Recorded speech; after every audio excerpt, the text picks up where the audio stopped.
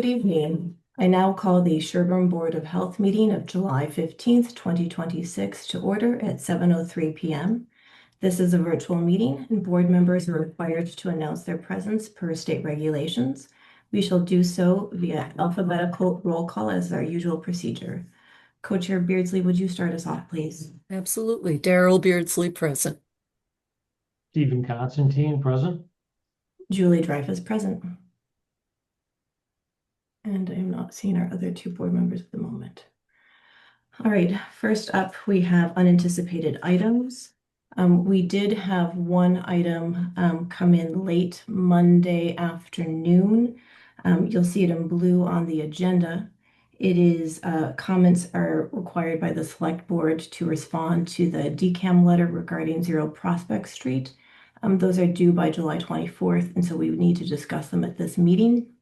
So do I have a motion to amend the agenda to include a discussion with comments to select board regarding 0 Prospect Street? So moved. I'll second. Hearing no further discussion. Daryl Beardsley, aye. You want me to leave those flowers? Steve Constantine, aye. Julie Dreyfus, aye. All right, excellent. Do we have any other items that were unanticipated that require amendment? No, No, that's not fine. that I have. All right.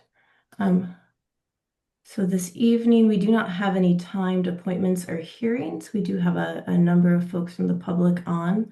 But first, I want to be able to take, we have a special guest tonight, our public health nurse, Gail Varsa, and she is here to talk about the use of the public health initiative funds for a proposed tick prevention project. So Gail, if you are ready, why don't you go ahead and introduce yourself and tell us the project so we can talk about it. Certainly. Hi, thank you to the board and everyone for having me this evening. I am the public health nurse that serves both Dover and Sherborn and work closely with the Board of Health on prevention, disease surveillance, education. Now, I'm going to interrupt you for a second. We just had a board member join and they have to announce themselves. Bose, if you could please announce yourself for the record. You're currently muted. We have to hear your audio. Bosco Chaporako joined the meeting. Thank you. Go ahead, Gail. Sorry for the interruption. No problem. So I come this evening just to talk about prevention and the ways that public health and the Board of Health can support the DPW in particular, who are out and about every day in the towns, cutting grass, maintaining our roads and properties. One of the initiatives that I introduced in Dover was offering permethrin to the DPW staff to use as a preventative measure, along with a good dose of education about tick exposure and how to care for themselves. And what the board in Dover did was purchase several bottles of permethrin. I brought it over, just did some education about how to use it on your clothing, and educate them just about the importance of prevention and exposure. And it's gone over very well. The DPW has been very happy with it in Dover and at the transfer station. And I introduced it to Sherborn as a consideration really to protect residents and employees in town from tick exposure. Permethrin is one option, one of other ones. There are other options available too that I can also educate them about, but I would ask the board to consider this one-time purchase for the DPW. They're probably the most highest risk people who are out every single day in the town doing work and exposed to ticks and various Lyme diseases. I wouldn't mind having something available for Board of Health agents and also the Conservation Commission agents who are off-road for the Yes. that they do. So Yes. I would agree with that too. And I would They're be not very always grateful. free. Thank you. And I don't know that this would need to be a long-term program of providing that to folks, but what I see as potentially valuable is, as Gail said, it's educational. It's introducing people to, how that might work. Do they see any difference in how many ticks they need to remove from their bodies after working outside? And I also wouldn't mind including some, differently effective chemicals in there too. Right. Things that for people, we know we have a lot of residents in town who are concerned. I haven't gauged that of the employees, but about what their kids might be exposed to, that sort of thing. So I think giving people a chance to test that out and see for themselves what works for them Right. would be a nice educational thing to do. And I'm guessing we might be talking $100 maybe, to supply the land use department and the DPW. Yeah. So So just to flesh this out a little bit, what's being proposed is in our FY27 budget, we have a line item called our Public Health Initiative Funds. Sarah, I want to say it's 150 or is it 250? Do you recall, Sarah? It's 150. It's 150. Okay, thank you. It's $150. This had been previously used in FY26 as part of an education campaign that Sarah did for emergency preparedness and a program at the library. We're just trying to figure out how to best use our public education, community education funds, and Gail had brought this idea to us. And so really the question for the board tonight is, are we going to authorize the use of those funds? Certainly not to exceed 150, and I don't think it necessarily has to be the full 150 for the use of the purchase of permethrin and potentially other repellents and deterrents. I don't know how many you were specifically thinking. I honestly think that should be up to Gail and the conversations that she has with the interested parties. Because if the folks at land use and the folks at DPW say, no, we're pretty set with permethrin, then I don't think we have to go Julie, by. I'm sorry to interrupt, but Rebecca has joined. Oh, excellent. Rebecca, could you please announce your presence for the record?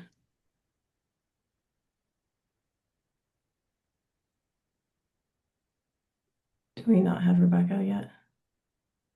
It says her account is here and she's not muted. Rebecca, can you hear us?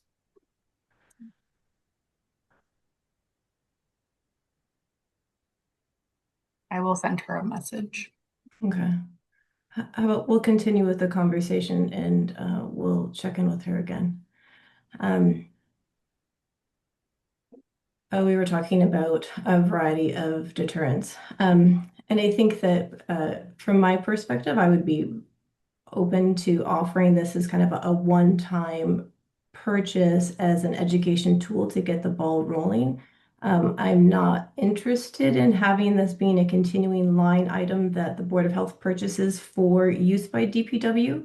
But if this is an education tool, then I would be fine with that. So just to clarify for the board, I believe what's being proposed here is a one-time purchase and education opportunity and not a continuing purchase of tick repellents for all of DPW and land use. How about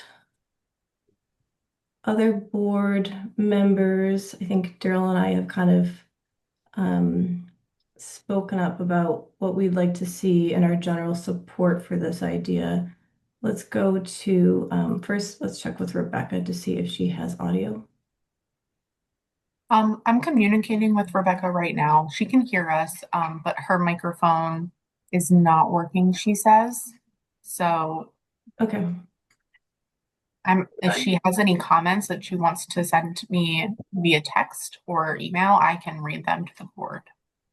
Sure, but she needs to have her her Correct. audio has to be working. So we'll let her work on that.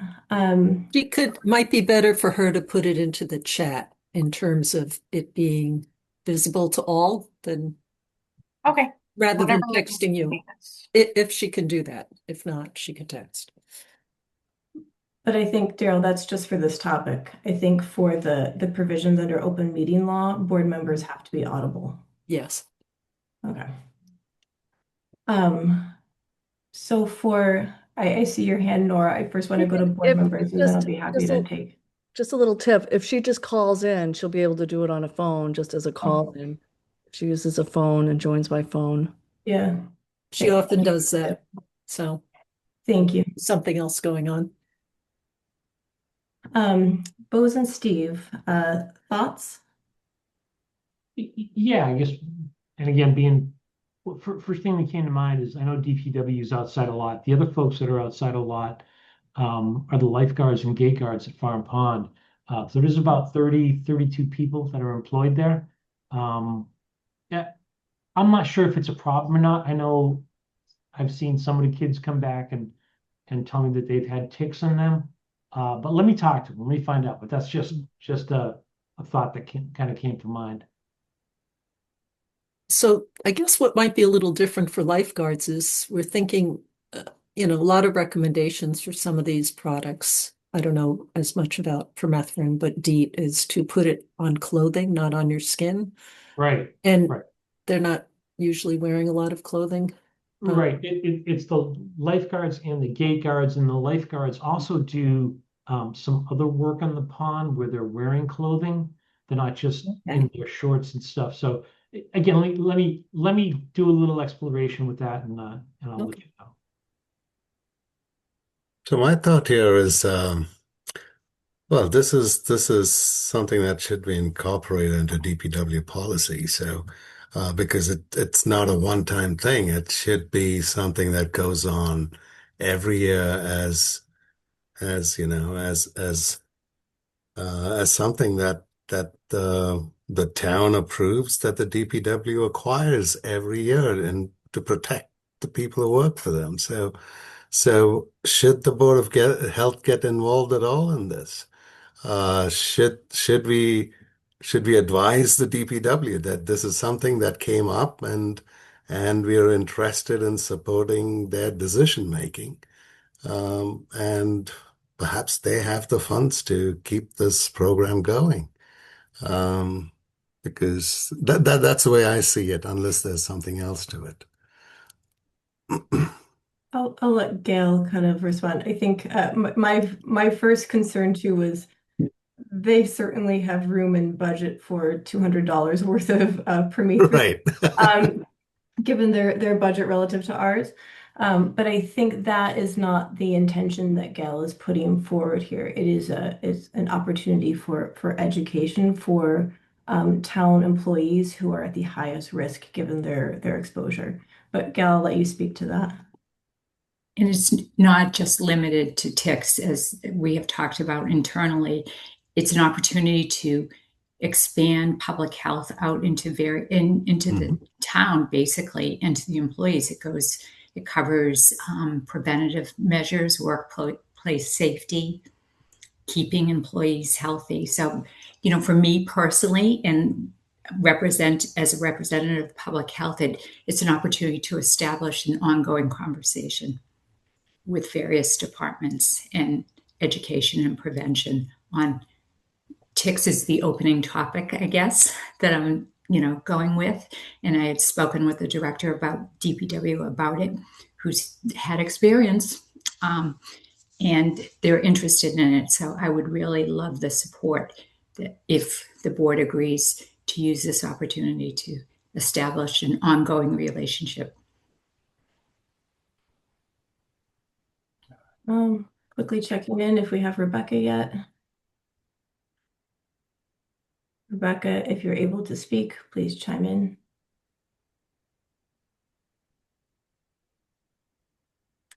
We are not hearing you if you're speaking.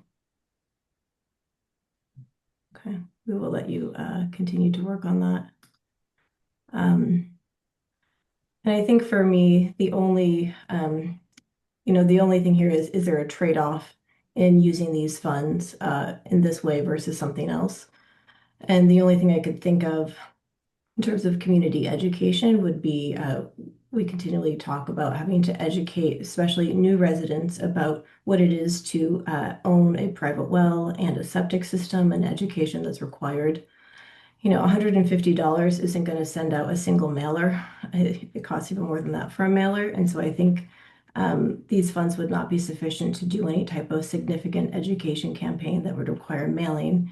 And so we would continue to use online platforms or social media to be able to disseminate that information. So given that, that's why I thought this might actually be a good use of these funds, especially if Gail feels like this will kind of open up the door to future public health discussions. All right, let's go to this last time to see if Rebecca's going to weigh in. And did Rebecca put anything in the chat? No. Okay. So I think we should have a motion here about the appropriation of the public health initiative funds for this purpose. Again, the funds are up to $150. Do we want to authorize use up to 150, or do we want to do a different number than that? Tough one. I would say that I do view this as something that would be in the offices of the employees, or just shared office space, not something that each employee is going to get a set of different repellents.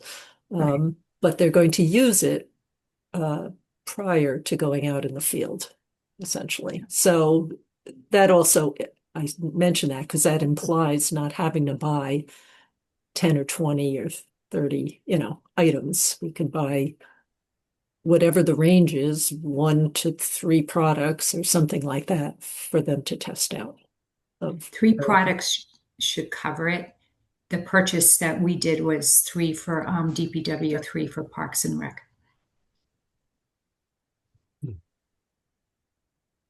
that makes sense. And do you recall roughly what that cost? It was under $100. It was probably closer to $75. Okay, that seems very manageable. Mark, sorry, you put your hand up earlier. Go ahead. Well, I wanted to wait till everyone had a chance to speak, and I think this is a great initiative. Obviously, it will lead to others like sun protection, mosquito-borne diseases, and hopefully we as the Board of Health can provide education to the other departments. I personally like to wear long white socks. I look like a baseball player when I go out in the field, but I wrap them around my pants, and that way I can see if any ticks have gotten on me, especially when I'm working in the woods, as I did down in South Maine and Bullard. But no, this is a great initiative, and I want to thank Gail, Sarah, for working towards it. I do have permethrin, but I'm not for sure if it's outdated. I bought it a few years back. I typically start with the socks and then keep a good eye on if anything's crawling on me. So I applaud you for this work. Thank you. Thank you.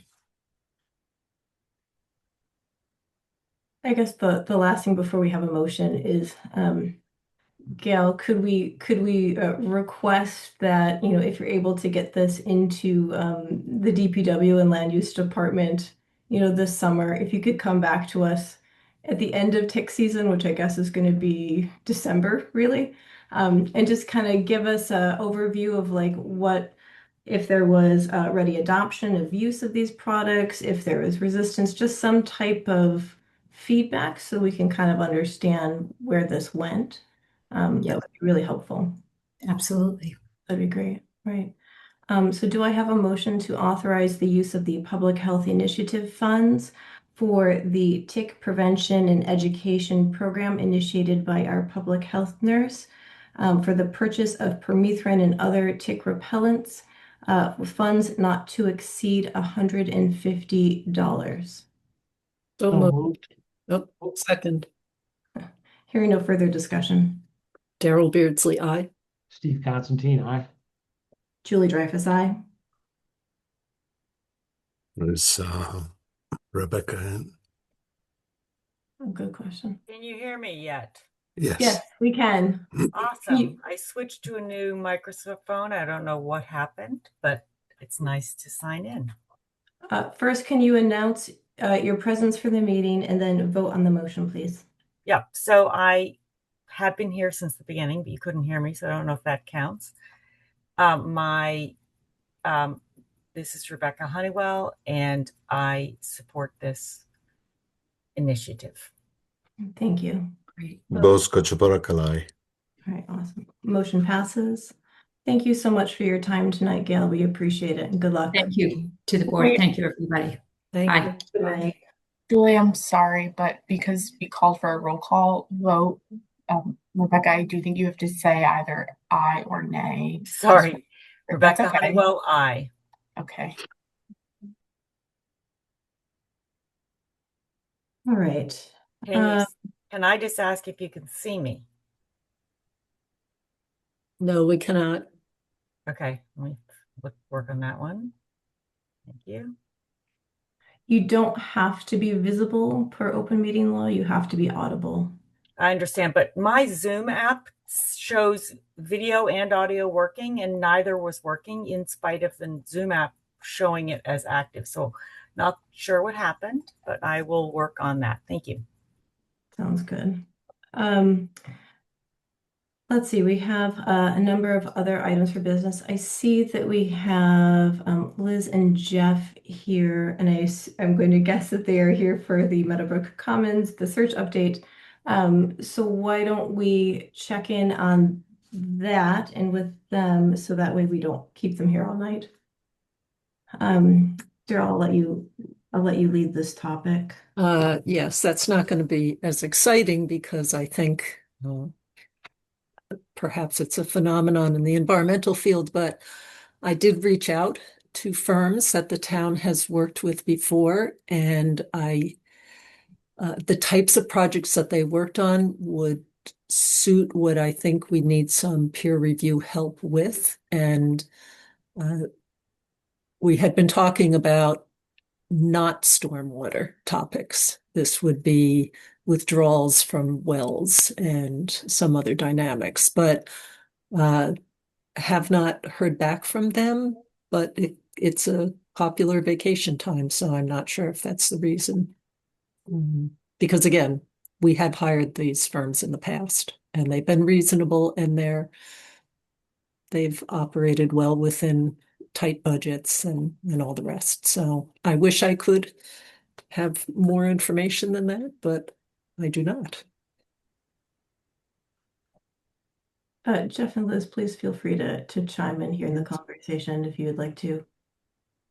I can jump in. Jeff Heidelberg with Toll Brothers. Appreciate this dialogue. We did receive a comment letter, a peer review comment letter from Tetra Tech. So they're up to speed on the project. I would suggest if you're seeking a peer review or if it could go, it makes it a lot more efficient to have the same team reviewing, only because just getting up to speed on the project itself takes some time. So just wanted to offer that up as an alternative. Right. And I think, again, we'll see what happens with the firms that I've reached out to. We think it would be efficient because we've worked with them before on the very specific things that don't overlap, I don't think, with what Tetra Tech is doing. So trying to stay clear of that at the moment. Okay, appreciate that. And yeah, so for that reason, we thought it wouldn't necessarily be any more expensive or time consuming because they're much narrower scope. In the meantime, does it make sense for us to pull together some sort of materials, filing materials, something they're okay Yes. reviewing? That would be helpful. For example, the two areas that we would love to get more information from you is on the proposed blasting, how much material, exactly what you're going to be using for the blasting. Are you using any mechanical methods as well? And And we do have an application form for this that, you could check off boxes, makes it a little bit easier, but how much material, where is it going to be? Are you going to be reusing it on site? How are you going to manage that material while it's broken up into pieces and has greater leaching potential while it's on site? If it's going to be used as fill anywhere or all going off site. So Okay. that will be in that arena regarding the blasting. And then Can I just for the interject? bedrock disruption, excuse me? I agree with all of that. And within the site, we would appreciate an identification of the area where the blasting will occur. I'm assuming you're not blasting the entire area, given some of it's being reserved for open space. So a designation of what area you're proposing to. Mhm. Sorry, go ahead. Not just that, we'd like you to do the calculations of what volume you're anticipating. However you choose to present that, and then we could ask more questions if there's anything that we think we need to know or the peer reviewer thinks they need to know. And then the other would be proposed use of the wells for irrigation. And how would that, what's your anticipated volume? What would be the rules or the regimes around how the water would be used? Is that also a application form that I could follow and file? There is a well application form, yes. Okay. And all wells in town that are not public water supplies fall under the jurisdiction of the Board of Health. So, and we have a no irrigation well policy. Therefore, there will need to be information that you will want to make your case to us. But we're happy to have discussions before you go too far down in your details of planning, and some broad concepts could be worth discussing early on. Appreciate that. Okay. So it sounds like I have a good direction there on those two pieces. Mhm. The final piece was the EHIR. And if it would be necessary in our case, since we're utilizing municipal water and sewer, that was another discussion. I think that was an open item from our last meeting. Mhm. Before we go off on that, Jeff, I just wanted to also interject one more. I agree with Daryl's two kind of need for information. We were also hoping to get more information on the estimated seasonal high groundwater relative to the structure foundations, as well as because we need to look at the offset of high groundwater relative to the foundations, and also the any stormwater retention basins. We look at the offset there for high groundwater to those. And so I'm not sure if there has been deep hole testing in all of those areas or not, but we would love to see that information, or especially for groundwater over underneath where the concentration of dwellings are going to be. We often like to see a vertical a profile to see where groundwater is relative to foundations, and whether or not there would need to be the use of foundation drains. Yeah, I understand. And we do have a management system for that groundwater around where the homes will be placed. We always install foundation drains for all of our homes that we construct, and that would be no different. So another aspect, I believe the only foundation drains that we've permitted in town thus far are for homes where they're built into a hillside. And so one side of the dwelling is at grade, and therefore it's easier to put in and drain when you're able to use gravity of the along with the terrain to promote flow, as opposed to sinking something into a wet environment and then somehow having to pump it out.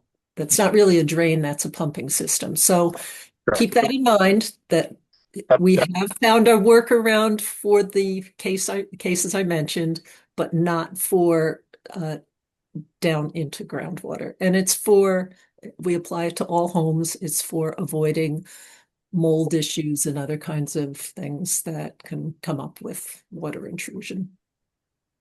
Absolutely agree, which is we're right there with you. We don't want to have those issues long term for our homeowners either, which is why we do install foundation drains, gravity foundation drains in all of our homes. That's Okay. what we charge our engineer to come up with is a design that includes gravity foundation drains in all of our projects. Because Okay. we agree with you, we don't want potential problems down the road for our home buyers. Okay. That's very nice to hear. So we'll just need that information. Absolutely. And then I didn't mean to take you off topic, Jeff, and then you were asking about the EHIR.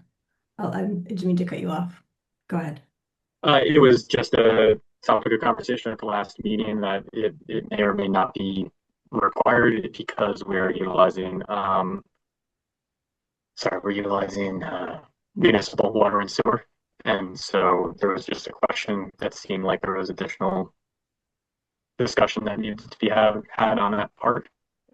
Since the stormwater is going to be or is being reviewed by the Planning Board and Conservation Commission, Tetra Tech, MIPA, et cetera. I think the conversation was that seemed to be well covered, but water and sewer was something that, since it's municipal, I'm not sure how it was going to be handled.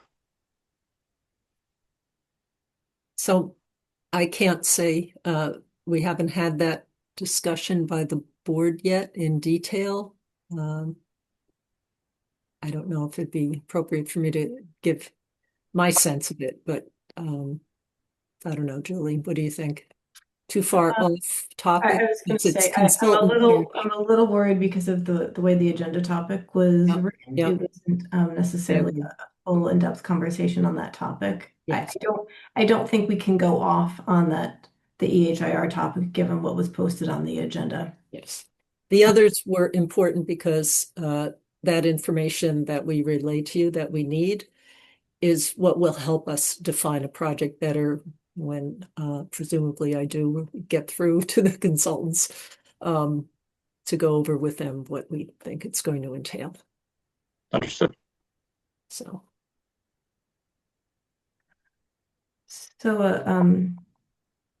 a question here, Daryl, and for the board. I recognize it's summer, but I think we need to be hearing back from these potential peer reviewers. One of the things that I wonder about is, and I suspect that Tetra Tech would be available, but we haven't in fact had that conversation at all. And to ensure particularly, I think the bedrock disruption is something that's a little different than what is typically seen. If we should have that conversation just to see what capabilities they have in-house to assist us, and just to see, probably get a sense of what it would be for them to be able to tag on. My biggest concern is if any of these other firms that you've reached out to, Daryl, come back with we don't have time. We need to be able to move forward in one direction or another. Yep, I agree. And Tetra Tech would be the right way to go, I think. Assuming that, I mean, I did contact 3 firms, but yeah, no. I don't know. I'm trying to have a plan C. So what I would also suggest is maybe, and I could work with Sarah on this, maybe Sarah and I could reach out to Tetra Tech and just let them know what it is we are looking at to see if they're available to help. Maybe they could even give us a sense of what I assume would be a change order would be. Just to kind of make sure that they would be available. So that way, come the August meeting, if we have all bad news from the other 3 sources, that we have a plan of action. Board members, what do you think? Yeah, I agree with that. Okay. Steve, what do you think?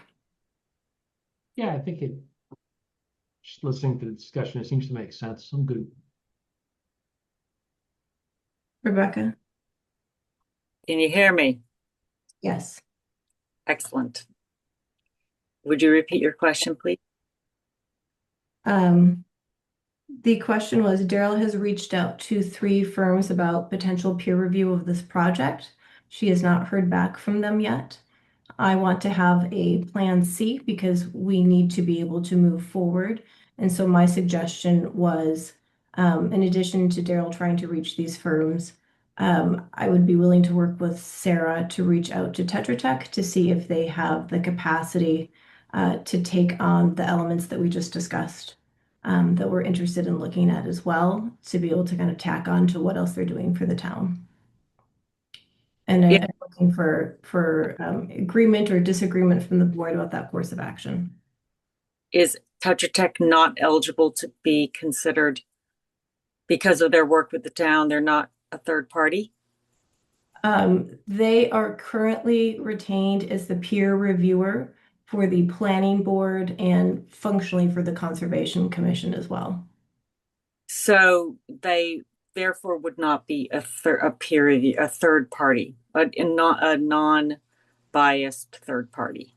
They would be a non-biased third party. They're already serving in that capacity. So we are would just be adding to the scope of what they're reviewing. these that do this work? I'm sorry, that got cut off. Could you say it again, please? Are there only 3 companies that do this work? No, there are many, but the 3 that I've contacted, we've worked with before on similar topics. So from the Board of Health perspective, and for these firms, they've already tackled related issues with us. So they know the circumstances of the town. They did excellent work for the town. Could Sarah look to see which company did the work for the Otis Air Force Base on Cape Cod? That company would have experience with similar circumstances to Sherborn because their issues at the Otis Air Force Base have a lot of overlap with the issues of Sherborn. And you might, if that is not one of the 3 companies that you've contacted, then that would be one to consider. And I also think that these companies can figure it out. So maybe we get a completely unbiased company. Could you explain the connection to the Otis Air Force Base? Because I'm not following you right now. Yeah. The reason that the hydrogeology in Sherborn is unusual because we have a large not body, listen to me, I'm like, switch hats, a surface area of wetlands in the town, which is the reason that Sherborn has 100% private well water. Other than prior to that, I'm sure the town would have created an infrastructure for sewer because there are so many benefits to having a public water supply. But over and over again, the math has been done. The consultants have come back with a very large number as how much it would cost for the town to create a public water supply. Everybody knows that. On Cape Cod, there are very few places that have the same circumstances, and one of the locations in Massachusetts happens to be Cape Cod. The Otis Air Force Base was a site at which similar issues were faced and addressed in the last 30 years. And they would have familiarity with dealing with private water supplies in areas with a large amount of wetlands. And so I just thought that if you're concerned that there would be a benefit, or if your thinking is that there's a benefit to having a company that has worked with us in the past, they would have the same skill set because that's what they were dealing with on Cape Cod. But I also think that I'm not worried that a company wouldn't be able to use the objective data, which is used to make assessments, to be able to have a good objective assessment. So I think I would just recommend finding a 4th company or a 5th company and reaching out to them. But I also think it would be worth looking to see, I'm sure it's all public record, which company worked with the town of whatever town that's in, but the county that has the Otis Air Force Base in it, because they would be familiar with the issues that Sherborn is facing. And it happens to be Massachusetts, so it would be relatively close and easy. So here's my prerogative. I think if you want to contact the town and find out who they used as a peer review in that project and get the name of that company, then we can have Sarah reach out, Sarah and Daryl, Sarah and I to reach out to that company to see about their availability and capacity. I want to be cognizant of how we use our administrators' time. I don't want her necessarily just trying to look for the name of a company. We've identified 4 companies, in fact, the 3 that Daryl's contacted, as well as Tetra Tech. And what I'm suggesting is we also contact Tetra Tech. So I would say my opinion, and board members, please, if you disagree, speak up, is if you want to reach out, Rebecca, and find the name of that company, relay it back to our administrator, then she can take it from there. But otherwise, I would like to move forward with the 4 companies that we've identified. Sounds like the company who's working with Sherborn has a conflict of interest, and the whole point of paying taxpayer money for a non-biased third party is to avoid that. And so there's no conflict. Tetra Tech does not have a conflict of interest. Where is the conflict? all I'm saying is that they're not a third party that doesn't have familiarity. The benefit of having a third party is to have objectivity for the benefit of both the town and the applicant. I completely agree with that statement. That wasn't the question. The question is, what is the specific conflict that you believe Tetra Tech has? I agree with you that they don't have a conflict of interest. I'm saying that they don't meet the criteria of a third party that has no knowledge and gives them a different type of objectivity. I would disagree with that. They have no invested, interest with the town outside of being a peer reviewer for this project. We have no other outside contracts with them, to my knowledge. Again, just because a different regulatory board has retained them for peer review of their parts of this project does not give them a conflict. And I think I would agree with Jeff that there are potential efficiencies and synergies that can happen in that process. Other board members, if you feel differently, please speak up. If you agree, you can say There's something. hundreds of firms we could potentially contact. Otis Air Force Base also highly unlikely that they served as peer reviewers to a town. The Federal Department of Defense spent an enormous amount of time working at bases of all sorts, unexploded ordnances, use of de-icing chemicals, releases of fuel. It's just a massive amount of issues that they have associated with military bases in many cases.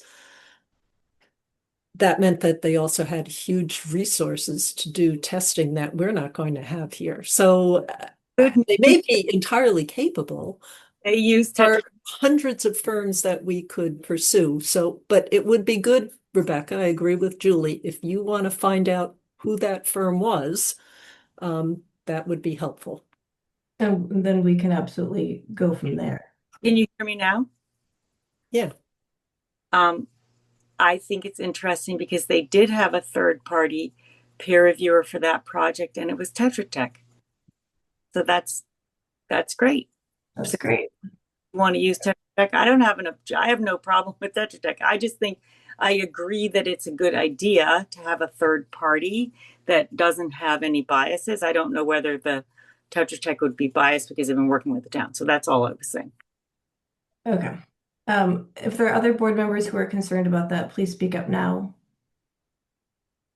Okay. I think we should wait to hear from these 4 companies, and since Tetra Tech is the one that worked on the Air Force Base, we're all sweet, right? But we haven't reached out to Tetra Tech, is what Oh, we haven't. what I'm saying. Okay. Okay. That's what I'm adding in here is that we reach out to Tetra Tech Mhm. and ensure just to see if they are in fact available and would be able to take this on. I suspect it's a yes, but we need to actually have that line of communication. Sure. All right. If there's no one who is opposed to that course of action, in addition to Daryl following up with the other three firms, Sarah, I will speak with you offline about what to do next on that. And then can we plan to have this on the agenda for the August 12th meeting? I would like to see us come back with a peer reviewer ready by August 12th. Or that's what we're next week. Yeah. Does that sound reasonable? Daryl, what do you think? Is that I feel like that should be That sounds good. I just want to ask Liz and Jeff if you think you would be able to get us information to just, even if it's preliminary, and it doesn't have to be a beautiful report, it can be bullet points or list of calculations or whatever else you think will address our questions about the bedrock disruption and the use of the wells. Uh, I'll answer for Liz. I think parts of this will come from Liz, parts of this will come from our blasting consultant. So on Liz's part, I think she has most of this already designed when it comes to the stormwater separation from groundwater and the basins, and then also the foundation drains. So I think she can follow up with that pretty quickly. On the blasting side of things, we have earthworks analyses that are um, pretty complete. So I think we can pull some of that together. It's can I get the blasting application set as well as any questions that might come up in time for the next hearing. I just need to talk to our consultant to find out if they can pull it all together. I wouldn't expect, I might be turning it in right before that meeting. I wouldn't expect to hand it over to a consultant ahead of time and have them able to respond, I don't think, by that 12th. Oh, no, I just want to know that we're saying this is the scale of the project that we're talking about, that kind of thing. Yep. But we will need that information anyway, eventually, but right. I just want to set the stage for them that will contribute to, the concern that Julie was expressing is, does someone have time to do this? Yep. In the time frame we would want it done in. Yes, we will pull it together. Okay, great. okay. The blasting application, Jeff, if you want to send me an email at health@sherbornma.org, I will forward you all the application paperwork. Perfect. Appreciate that. Okay. Anything else on this topic before we move on? Okay. Liz and Jeff, thank you for your time tonight, and we will be checking in with you at our August 12th meeting. Sounds good. Appreciate the time this evening. Thank you very much. Thank you all. so much. Take care. Bye. Good night. Let's see. Okay. We have the amended business under chairs, which is 0 Prospect Street.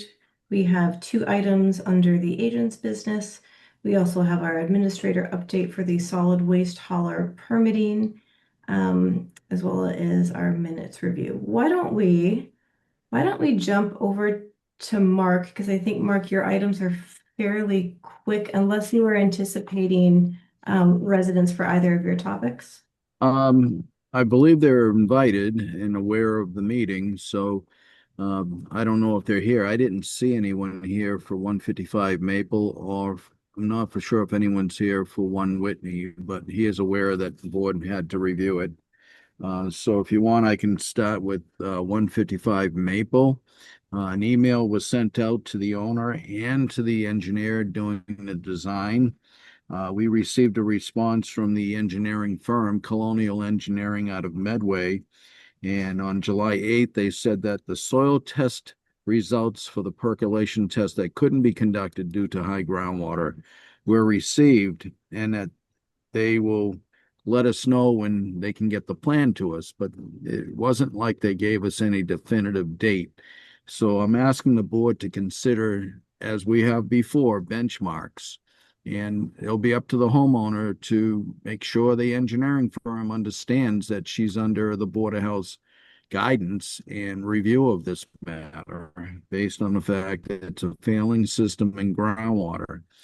I would suggest to the board that a septic plan be submitted and approved, submitted by August 31st, gives the board a chance to review it and hopefully have it approved between September 1st and October 15th, and still leaves a window open to have an installation completed. So another benchmark would be the installation, and I would ask the board to consider that the septic system be installed by December 31st of 2026. And they need to understand this. I don't know if the engineering firm realizes the importance of this matter. They seem to, in their email response, were not understanding that. And so I would need the Board of Health to vote on that if that's what the board so wishes.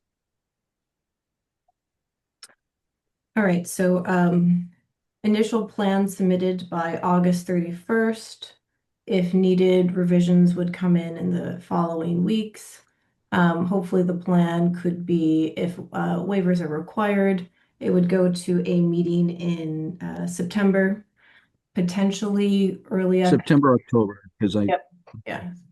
And then hopefully plan approval, and then that way they could go get bids for installation and would be able to hopefully get this installed before the end of this calendar year. that would be my suggestion. Thank you, Julie. Yeah. Board members, anyone have any disagreement with the proposed benchmark timeline? I'm good with the timeline. I just wasn't sure. Mark, did they come back with a new date for the perk tests? Well, they did the soil testing, and in doing the soil testing, which was last month, they encountered high groundwater. They could not get the percolation test completed, so the state allows for the actual soils to be sent to a lab to be tested, and then the lab determines the perk rate that would be considered out in the field by doing sieve analysis of the grain particles.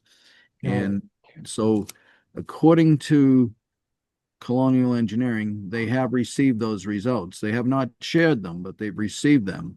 I do know they'll need waivers just on the groundwater alone, but there's wetlands, there's a pond right near there, and wetlands and so forth. So I do believe they're going to need waivers as well. That's why I'd like to get them on track, and especially the homeowner, to make sure her engineering firm understands there's some time issues here. I don't think they seem to understand that, and even though we've explained it to the homeowner, it doesn't appear that the engineering firm understands this. So I think if the board votes on this, I will be sending an email to the homeowner and CCing the engineer on the voted benchmarks by the Board of Health based on the serious concerns of this septic system actually being used and sitting in groundwater next to a pond. I would expect that they would send you the soil testing ASAP. Yeah, If I they would already expect have that. them. They haven't, Stephen. I would expect that. I would expect the response would have been not we are working on it, but we'll have it in within the next couple of weeks. Instead, it was just we're working on it. I thought that was a poor explanation by the engineering firm. Not too happy, as you can tell from the response.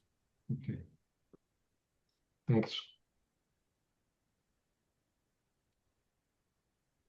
I agree it's important to move this along. It has been a long time in coming.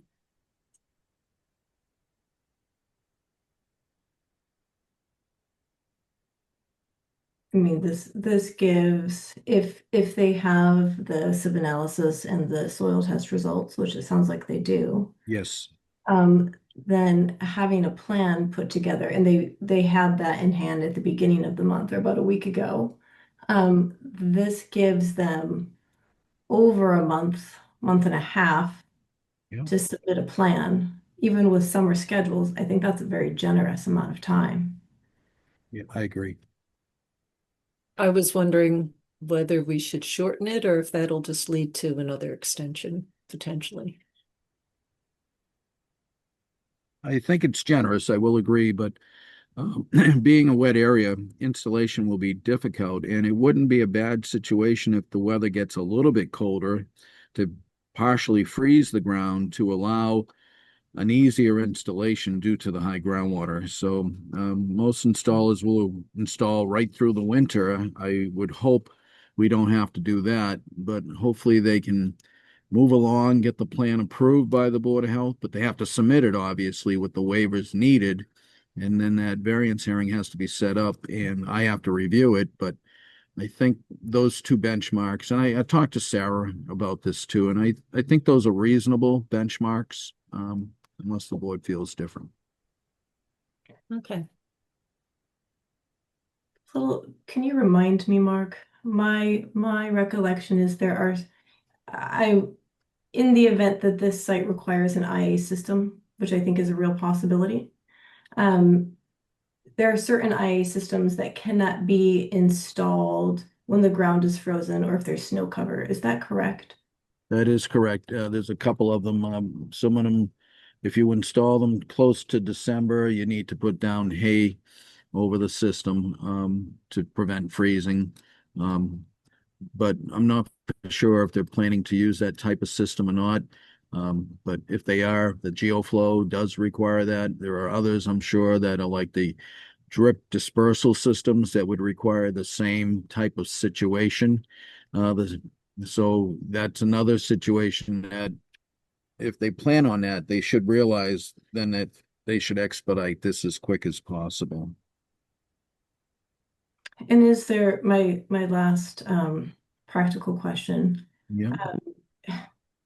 Expediting an installer seems really like a tall order just because it's first come, first serve usually, right? Is that Yeah. is that realistic? I mean, I really want to make sure we're going to set forth a benchmark because I feel like we have been shifting the goalpost for, over 7 months now. I agree.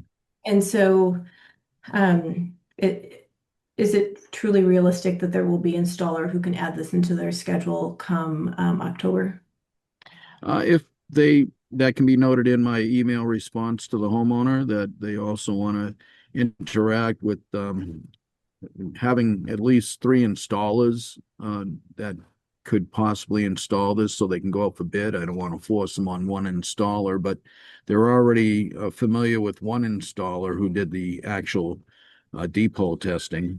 But it's a matter of keeping them on track, and that would be another input in the email to note that you should be, at this point, at least calling some installers to see their availability to assure that the installation can occur by the end of this year. Yeah. I guess really the first is, I think if this first benchmark that we're setting, which is the submittal of a plan, no later than August 31st, I think if that is not met, then I truly think we do have to look at what is the next course of action for the town. It's not the direction we want to go. We want compliance, but at that point, it will have been 3 years since this failed system sold, correct? That's correct. That is well in exceedance of what Title V permits. I think we have been patient. I agree the board's been patient, and I agree it's best to get them to work with us.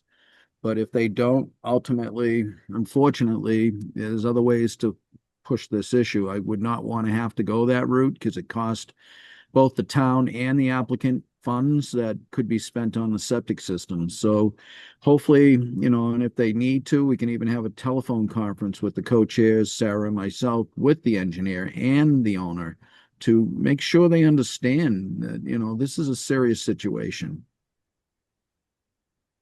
Yeah, I agree.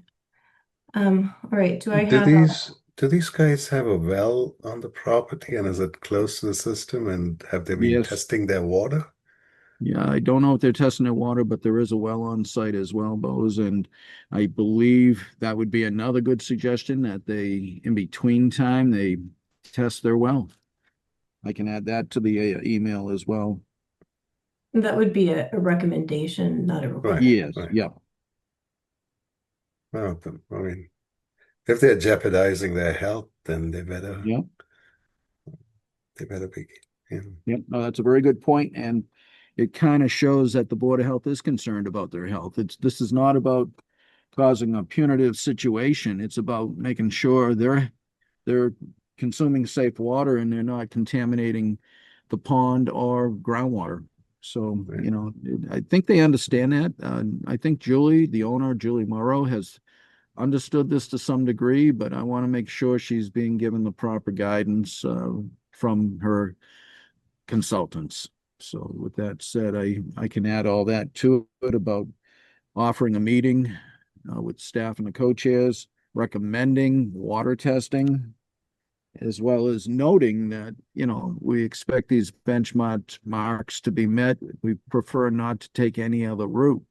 And I can add that all to the email. In fact, I'll drop the email by the two co-chairs prior to sending it out so they can see if it fits the discussion that we've had tonight.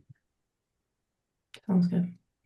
Right, do I have a motion to set benchmarks for 155 Maple, that the disposal works, or the septic plan, excuse me, just the septic plan for the replacement system for this property be submitted to the Board of Health no later than August 31st, 2026, and that the installation of the system, once approved, be installed on site no later than December 31st, 2026. So moved. Seconded. Friendly amendments to that motion, because I made it up on the fly. Did I miss anything? No, okay. Hearing none, roll call. Daryl Beardsley, aye. Steve Constantine, aye. Julie Dreyfus, aye. Rebecca Honeywell, aye. Both Kuchipura. Thank you for your diligence on this property, Mark. We appreciate you've put in a tremendous amount of time. You're welcome. And then going to the building application for 1 Whitney Street. Do we have the homeowner by chance here with us? If so, please speak up. Not for sure. He did know that we would need to discuss the project, which originally was reviewed by the Board of Health at a previous meeting for a bathroom addition. And I did confer with the state that bathrooms aren't considered rooms, so adding a bathroom to the second floor bedroom would make it a master bedroom basically and would not be an issue. But the question came up was the sunroom that's below the proposed bathroom area. The bathroom's going on the second floor, the sunroom with a wood stove, so it has conditioning. Heat would not be changed out when they put the new foundation below the sunroom.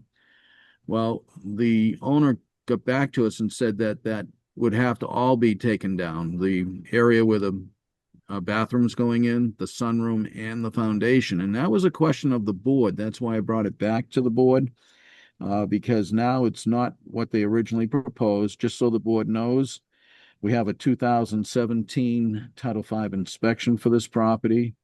The house has 10 rooms. There we go. Thank you, Sarah, with 4 bedrooms on the second floor. More importantly, there's no design flow for that septic system, and it consists of a septic tank with some overflow cesspools. And we believe the septic tank was added after the cesspools were in place. And again, the other important note is the sun porch, as you'll see if you enlarge it, has a wood stove. And there's the 10 rooms. There's one in the basement, 4 bedrooms on the second floor, but no design flow because they were cesspools. And unfortunately, you know, they're cesspools with a septic tank. So the board did allow septic tanks to go in front of cesspools prior to 1995. So sorry to sound like a broken record.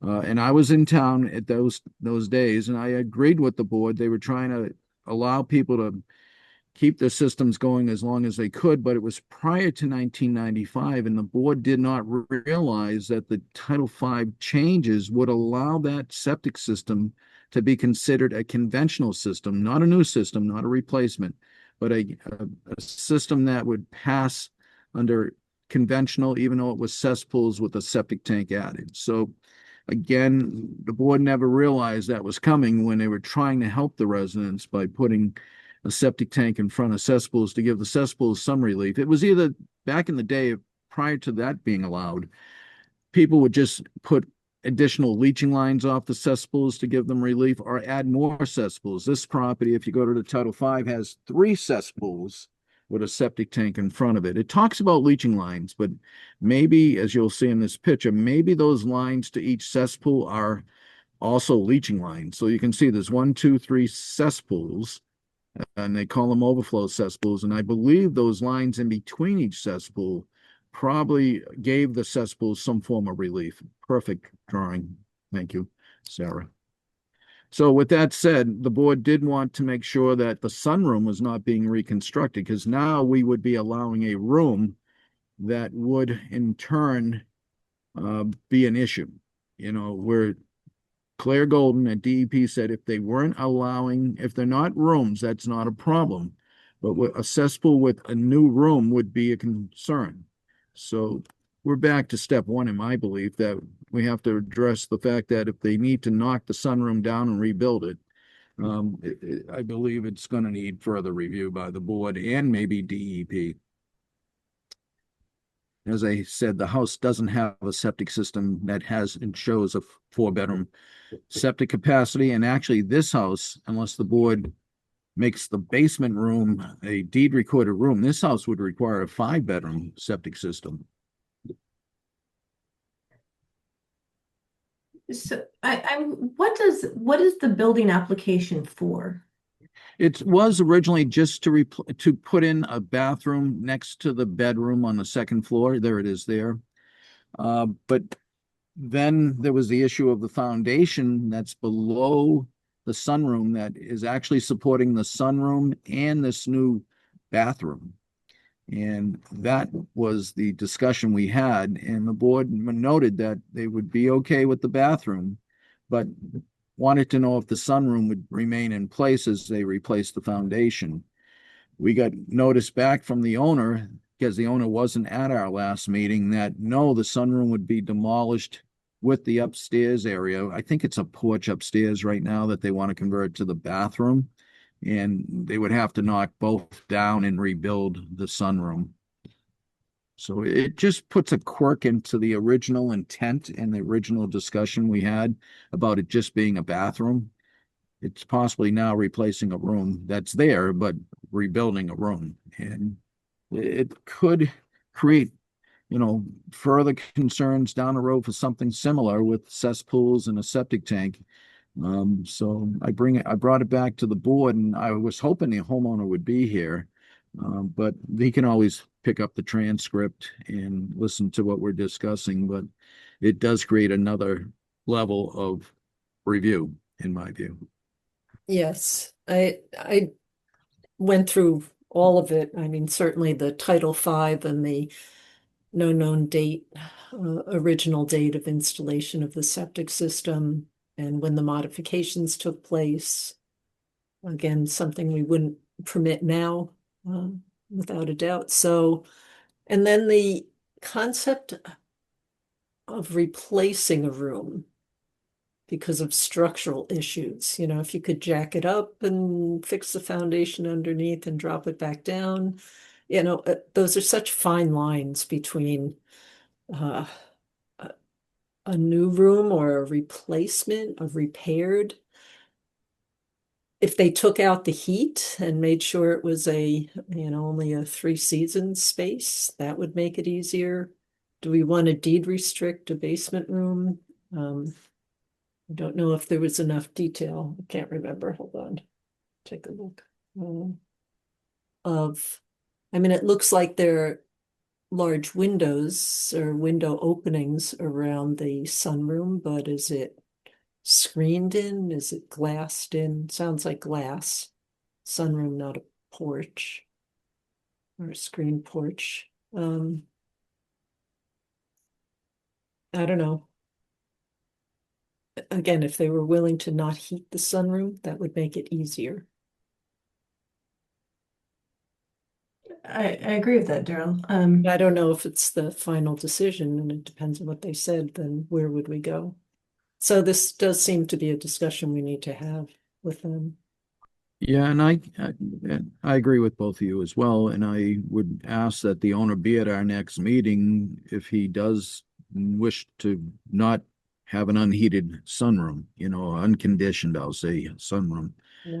I can check with the owner, make sure if he's not happy with that, if that is the final decision, then, he's more than welcome to meet the board and review his concerns and maybe offer something.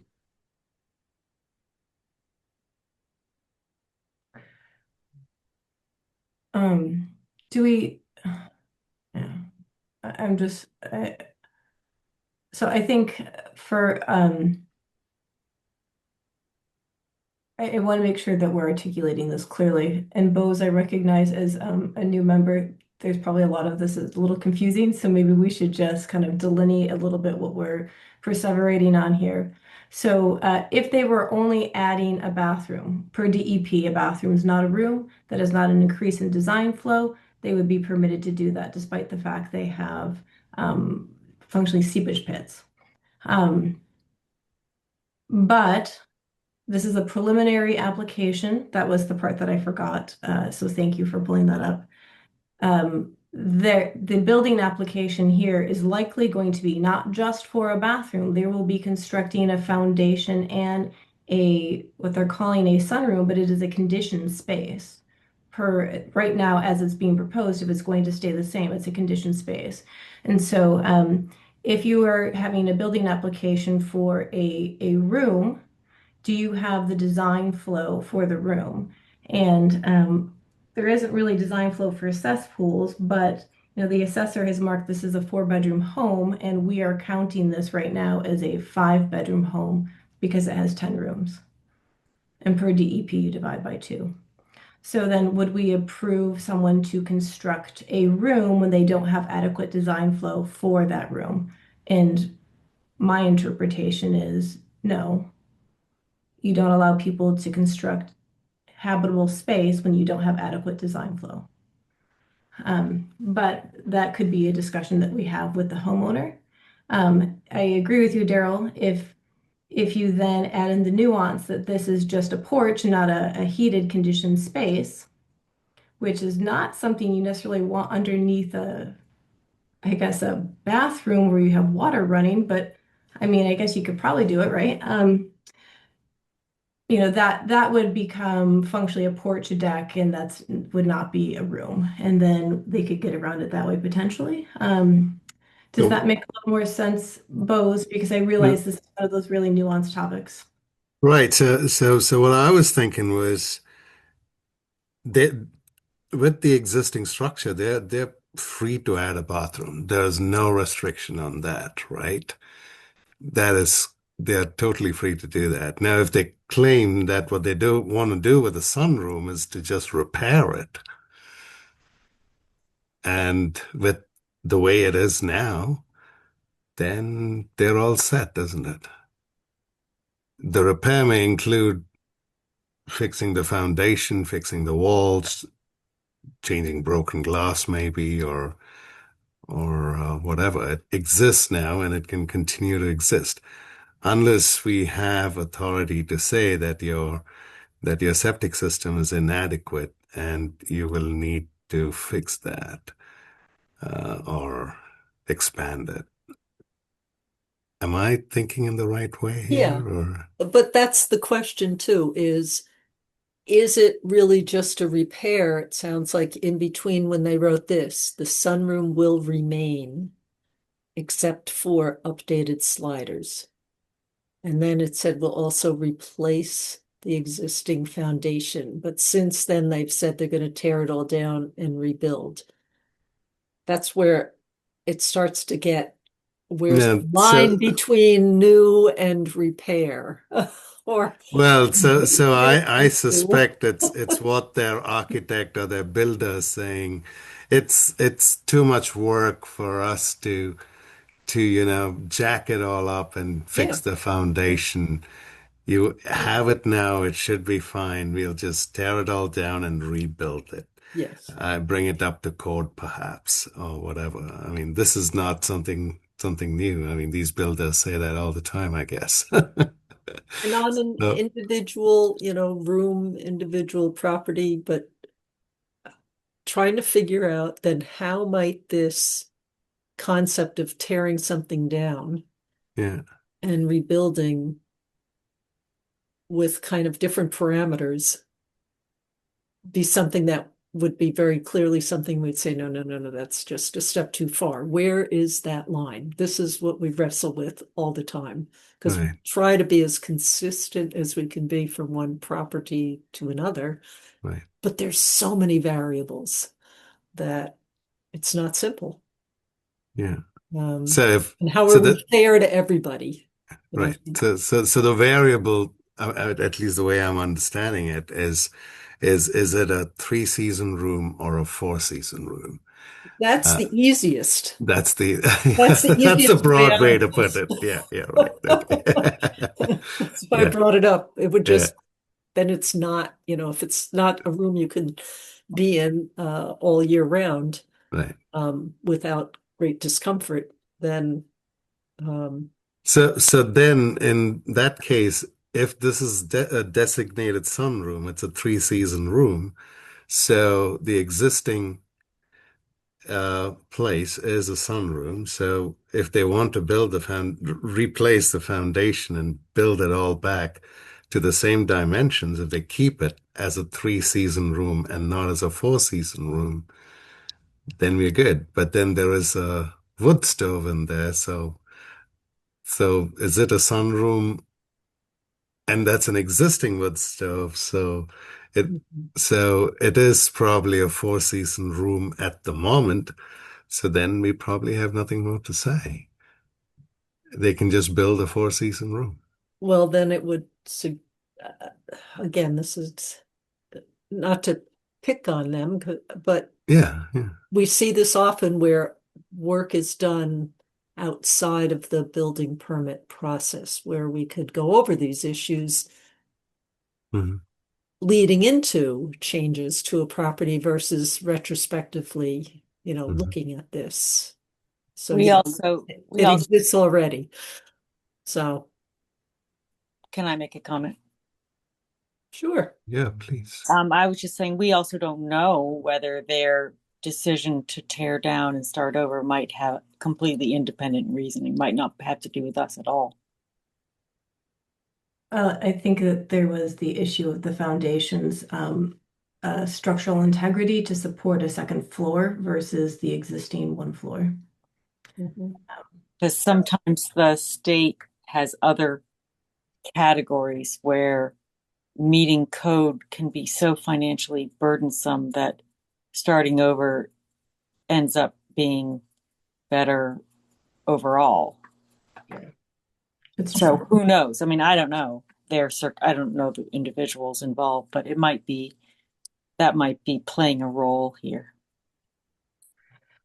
And then we'll move on because I know we spent a So bit I of agree with with our board member that we should just focus our discussion on the characteristics of this particular room because that's the only thing that really is our purview.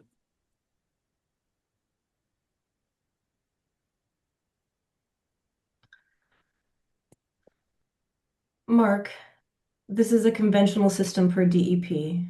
Does that mean it has recognized design flow? No, it has no design flow. It was originally cesspools. So cesspools were put in with no consideration for design flow and no consideration for groundwater.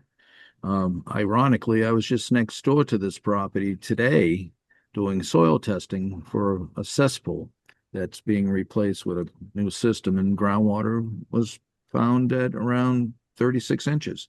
Not to say it's 36 inches at this site, but this is not it was I shouldn't have used conventional. It's a passing system per the state code saying if you have a septic tank and a leaching area after it, we will consider that a passing septic system. I shouldn't have said conventional because it's not. It has no design flow, has never been designed to consider the groundwater.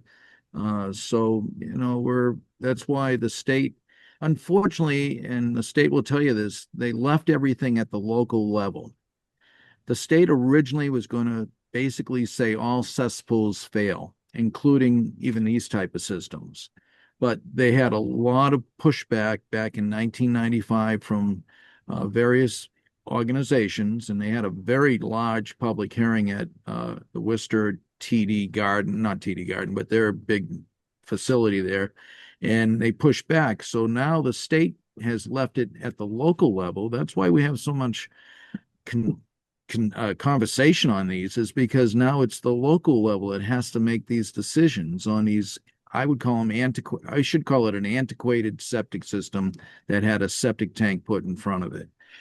So it leaves the boards in very difficult positions and difficult decisions, but it's the way the state could only work to make sure these get replaced someday.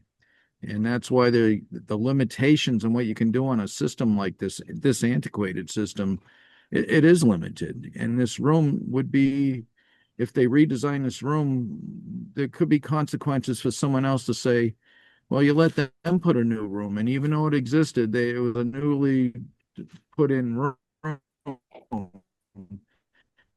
with heat, so it puts us in a difficult position, difficult decisions.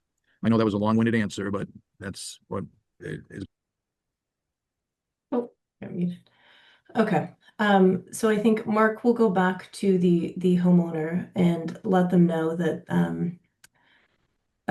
they will need to come back to us. But as it stands right now, the board is perfectly comfortable with the construction of a bathroom. We are uncomfortable with the construction, even if it is a reconstruction of a conditioned room that requires design flow, and that they need to have that conversation with us. Like, are they going to submit plans, building plans, and I think they're trying to figure out what they could actually have approved before they go through the process of submitting plans. This is preliminary. They're doing their due diligence by finding out beforehand. that's a good idea. Yeah.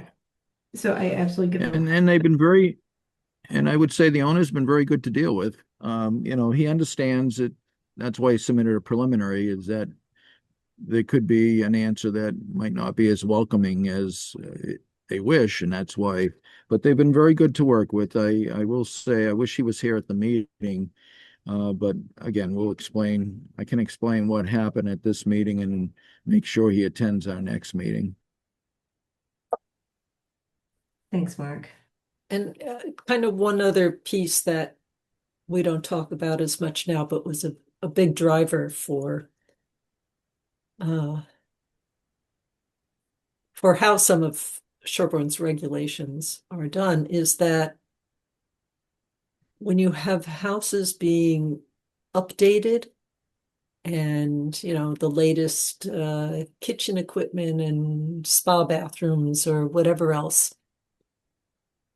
there was a concern about the disconnect between the appearance of the house and understanding that it was on a system that will not be protecting one's health in the same way that one would think based on the appearance of the house in the current day. Cheryl, So I'm sorry to interrupt. It looks like Rebecca has left the meeting. I don't know if she disconnected, but I'm not sure if that needs to be formally just note it announced. in the minutes, and if she joins again, this has happened with board members in the past. Okay. That happens. So you just note kind of the time, and then Sure. the time Thank it you. comes back. Yeah. Yep. It's 8:27 for the record. Okay. Great. Thanks. So in any case, that's just another concern. Okay. Mark, Do you have a clear enough information from us to go back to the homeowner and request that they attend? Yep. Yes, I do, and I will be sending notice to the owner and probably calling him as well to let him know it would really be important that he attend our next Board of Health meeting. Yeah. And, you can let them know it's that reconstruction of a conditioned heated room that is giving us pause, not the bathroom. All right. We have the Zero Prospect Street. We have the overview of the solid waste haulers. I would like to go to Sarah's presentation on the solid waste hauler permits. But Sarah, are you ready to go through that now, or do you want another minute? Sure, I can pull that up. Perfect. Let me just stop sharing my Adobe. Sure, take your time. All right. So while Sarah's pulling that up, I'll give a brief moment of background. Sarah's she has a nice presentation to talk about regulatory authority, but just to give people context, at the moment, the select board has created a working group that is in the process of creating a transfer station policy for the town. We have not had one. It is kind of become clear that there are some inefficiencies that could be tidied up through the use of a transfer station policy. And in that process, it highlighted that we need to be permitting solid waste haulers. And so we are looking at creating an application to do so. And just so you have a mental model of what this looks like before Sarah gives the presentation, think about our septic haulers. It's a very similar concept of what we do with our septic haulers. A little bit more detail. We don't ask the septic haulers where they're taking it, but so Sarah will pull that up in a moment.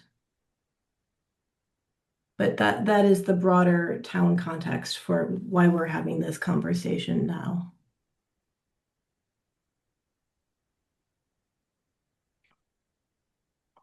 I was muted. Apologies. All right.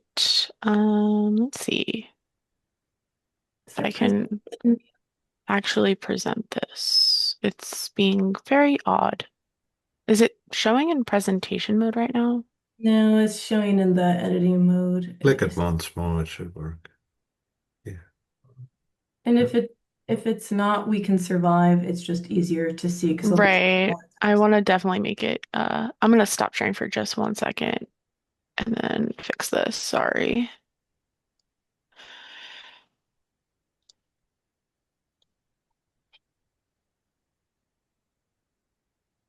Um, what is happening here? So sorry. Take your time, Sarah. It's okay. So while Sarah's getting to that, Oh, here we go. Sorry, Bose. Julie, thanks for good taking the time to explain all of these things about septics and permits and all that. Thank you so much. I've learned quite a Trial lot. by fire system that we run here. All Yeah. right. So this presentation is just an overview of what waste hauler permitting is, and what it means for the board and all of the definitions, and also a glance at what other towns do. So first, what is solid waste? I'll read it for accessibility purposes. It is useless, unwanted, or discarded solid, liquid, or contained gaseous materials resulting from industrial, commercials, mining, agricultural, municipal, or household activities that is disposed of, is stored, disposed, or is stored, treated, processed, or transferred pending such disposal. And this definition is from our legal handbook that we're given from the Massachusetts Association of Health Boards. These are the two governing laws and regulatory requirements from Mass General Law, which can be found in Chapter 111, Sections 31A and 31B. And again, I will read them for accessibility purposes. No person shall remove or transport garbage, offal, or other offensive substances through the streets of any city or town without first obtaining a permit from the Board of Health of such city or town. Notwithstanding the foregoing provisions, any person may, without such a permit, transport garbage, offal, or other offensive substances through the streets of a city or town in which said substances were not collected, provided that he registers with the Board of Health of such city or town, and provided further that he transport said substances in accordance with such reasonable rules and regulations as may be established by such Board of Health. That is Section 31A. Section 31B just outlines our regulatory requirement is that boards of health shall, from time to time, make rules and regulations for the control of the removal, transportation, or disposal of garbage, offal, or other offensive substances. The reason I include that is because the majority of our regulatory authority is granted from Section 127, and this is just a different oversight. The purpose of permitting waste haulers began over 100 years ago and was first developed to protect the public from dangers associated with the handling and disposal of such wastes. Now the laws have been expanded to include the protection of environmental quality, and it also gives the Board of Health an opportunity to learn where offensive substances or garbage are to be disposed of and thus have some control over their use or disposition if it was to be within the town. In our area, these are the towns that have available waste hauler permitting information. So I specifically looked at Ashland, Carlisle, Dover, Medfield, Millis, Natick, and Needham. Of all those towns, Medfield is the only one that does not have a specific regulation listed in their regulations for hauling waste. All of the other towns have a unique regulation. The permit fees range from $100 in Natick and Needham to $200 in both Dover and Carlisle. And they have been in effect in these towns anywhere from 2000 to most recently in Dover of 2024. This is an overview of the requirements from other towns' permit applications and what's consistent in their permit applications. So I was unable to actually find a permit application document for Ashland, but they do have regulations, just not an available application to the public. And essentially, the most common things that are required are the contact information for the business or organization, a list of the customers. So that could be either addresses or names or both of individuals where they go and actually pick up the solid waste from, a list of all vehicles used for actually transporting and hauling waste. And then also some of them require information about where the waste is going to be ending up, whether that be a transfer station or a landfill. Some require the estimated tonnage of solid waste collected annually or per month or per week. It varies based on the town. Certificate of insurance for public liability and property insurance, workers' comp, and types of waste transported. And again, that could be commercial, industrial, or residential. Thank you. In addition to having an application, there are penalties which are overseen by Mass General Law, Chapter 111, Section 31B, which is whoever violates any provision of Section 31A or any rule or regulation made thereunder shall be punished by a fine of not more than $1,000. So what I was able to find is Carlisle has a $100 fine for each day a violation exists. Millis says failure to comply with any provisions may result in the suspension, modification, or revocation of the permit. Dover and Needham both have a tiered system. Both of them, for the first offense, issue a warning. For the second offense, issue a $100 fine. For the third offense, issue a third $300 fine. In Dover, for the fourth offense and any offense thereafter, they will charge anywhere between $500 and $1,000. And in Needham, after the fourth offense, they revoke the permit. So this is just a general summary of what all that information I just threw at you means. Based on Massachusetts General Law, Chapter 111, Section 31A, boards of health have the authority to regulate exclusively the collection and transportation of solid waste. A permit is only required when the garbage is being both removed and transported in the town. The Board of Health does not issue permits for haulers driving through Sherborn if the garbage is not picked up in Sherborn, regardless of where they dispose of it. The Board of Health does not have the authority to stop haulers driving trash from out of Sherborn to dispose of at the Sherborn transfer station, and issuing a permit does not require solid waste haulers to dispose of Sherborn generated waste at the Sherborn transfer station. Now, this I'm going to come back to after I review the proposed timeline with everybody because I feel like there's some more important information here. This is the proposed timeline that I drafted for everybody. That is the wrong initial date. It should be today's date of July 15th, 2026, the initial presentation of waste hauler permitting information to the board. And then in August, the plan is for me and Julie or Julie to attend one of the select board working group meetings to make sure that we are in line with their goals for the permitting of waste haulers and transfer station policy and see if there's any specific way we're able to support them through the implementation of this permitting process. And then through that meeting, we will draft an initial first draft of waste hauler permit applications with the board, and that will be shared with the board at the first meeting in September. And then after getting the feedback from the board, sending stakeholders initial drafts of the permit application as well.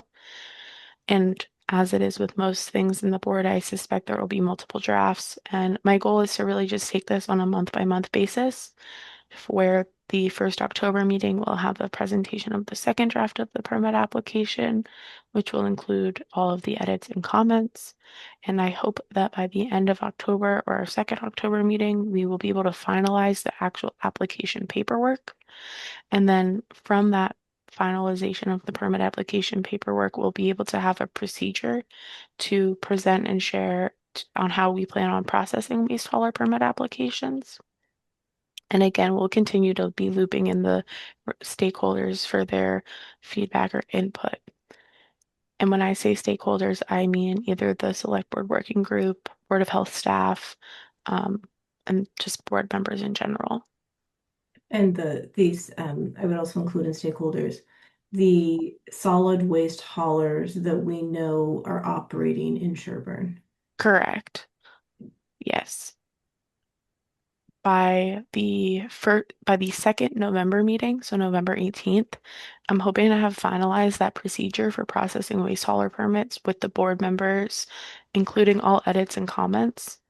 And I'm hoping that by the day after that meeting, the 19th, we'll be able to release a statement that waste haulers will be required to apply for a permit in Sherwood beginning January 1st of 2027. That was a goal that we set when we first learned of this, that we wanted to begin the permitting process in the calendar year of 2027. And given that this is a new process and it's not something we've required previously, I propose a grace period until January 18th, 2027, which is approximately 2 months after we will be announcing this because it is the holiday season and I don't necessarily expect everyone is going to be thinking about this at that time. So we will give a grace period of essentially 2 weeks to submit for a permit before they will be considered in violation. And in the statement and announcement will include the permit application. And then around a month later, we'll release a second statement confirming that lease haulers will be required to have the permit for the calendar year of 2027. So this is just a proposed timeline. This is just what I was thinking to keep the board on track to get us and set up for the calendar year of 2027 to start permitting waste haulers. And I will take questions on this after I go over a couple of these summary points again. The biggest concern when we first started discussing this was the need to regulate solid waste haulers who simply drive through Sherburne, whether that be they're driving from forgive me, I'm not the best with geography, but let's just say from Boston to Framingham, and they have to drive through Sherborn, and they just hop on 27 and they just end up driving through Sherborn. There was a big concern and a big conversation within the staff specifically as to how we would know about that and how we would regulate that and how we would really monitor all of that. But the truth, what we found is that we actually don't have to give those people a permit. That is not within our regulatory authority. I say we, I mean the board. And the only thing we can require is that they give us notice. And in that notice, we can ask that they have the proper equipment and that they are respectful in town, but there is nothing more we can do to monitor them or regulate them. Additionally, because this was born out of the necessity and the regulatory authority of the board, it was also truly inspired by the new transfer station policies. So we did look into the use of the transfer station and how this permit would apply for that. And it's important to note that that the Board of Health does not have the authority to stop anybody from using the transfer station. That is outside of the regulatory authority of this specific permit and of the Board of Health. That would have to be a policy that's implemented at the transfer station. Additionally, we cannot require that haulers use our transfer station in Sherborn. That is a long case study that is discussed in the Massachusetts Association of Health Boards legal handbook, that there have been several situations where towns have attempted to either stop other haulers from coming in and using their transfer station, or more that they were requiring haulers to use their transfer station rather than taking it elsewhere. And that was found to be a violation of the Interstate Commerce Clause and took a lot of years and a lot of lawyers for them to essentially say, you can't do that. And so we definitely don't want to be violating the Interstate Commerce Clause in the Constitution. So we can't say they have to use the Sherburne transfer station. What we can do is we can ask them where they're going with their solid waste, and if they are using the Sherburne transfer station, that can be data that we can collect. But again, we can't tell them one way or the other that we cannot use the transfer station. And again, really the primary key point here is that the permit issued by the Sherburne Board of Health is only required when the garbage is being both picked up and transported in Sherburne. So we cannot permit anybody just coming into Sherburne if the waste is collected, say, in Dover or in Framingham or in Natick or wherever. We can only regulate if they're coming through Sherburne or permit waste haulers coming through Sherburne. Additionally, something I did not put on here is that we do not need to draft a regulation. It's not required that we have a specific regulation in our regulations to issue this permit. As seen in Millis, we are able to use the baseline of the state regulation. And that was a lot of information I just threw at everybody. So if you have any questions, I will take those now. So I will just reiterate, I think an important point that Sarah was making is the purpose of this permit is to make sure that we are capturing the waste haulers who are picking up solid waste that is generated here in Sherburne. We can ask where it's going. We cannot require that they go to our transfer station. Certainly, the transfer station policy can determine whether or not someone has to have a Sherburne permit. And if they want to allow people who are operators who are permitted in other towns to be able to dispose of waste, that would be under the transfer station policy. But our goal is to permit the haulers who are picking up and hauling waste that is generated from a property within Sherburne. Nora, we will get to you in a second. I just want to go to board questions because this is our first read through. Um, Do we and know, do we know how many companies are operating in Sherborn to pick up waste at the moment? I have heard a couple of numbers. There is a primary there is a primary solid waste hauler who Right, does the majority of business, which is Ruane. right. I have heard anything between 8 and 10 solid waste haulers, but we would need to confirm that with the working group. Oh, wow. Do we know I if thought, are di disposing or transferring from other towns to Sherborn? Are there any that are bringing waste in to which this law would not apply, or this discussion would not apply because it's not, or they would not, that this is relevant to the Board of Health because if it's not, if our policy only applies to properties in Sherborn, but other companies are coming into town, that would be relevant to us because of our unique characteristics. The question are there any companies coming into town? to dispose. Yes. Yeah. So that is one of the things that the working group is trying to get a handle on. So right now, if there were haulers who were picking up solid waste from a community outside of Sherburne, we are not the permitting agency for them. It would be the permitting body. It would be the Board of Health in the town of which they are picking up the waste that's where it's being generated. And then if they are allowed to then bring solid waste from outside of Sherburne into Sherburne, that would be what is determined in the policy that is being set by the select board. That is my understanding. But we do not have the authority to permit people outside of who are picking up waste outside of town. Do you believe, or do we know what happens to the material that is coming from outside of town in the meantime before it is removed? How much time passes? Is it done by quantity or is it done by time? Because it might have an impact on the groundwater, in which case, Being brought to the transfer station? correct. So you're asking about how long stuff stays. I think it depends on what it is.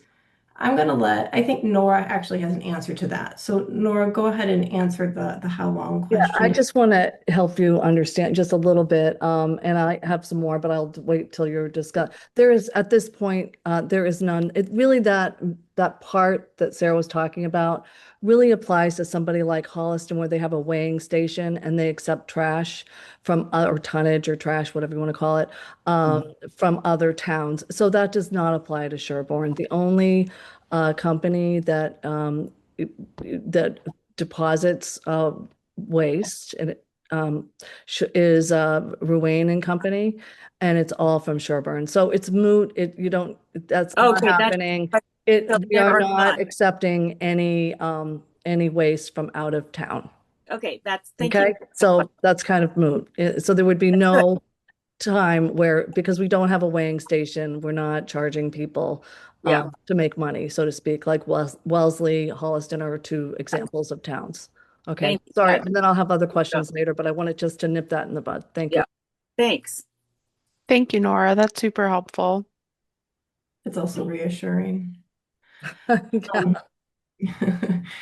Um, other board members, questions, clarifications? So I have a question about two things. One, first, not a question, but I guess it'll be a question. I'll phrase it that way.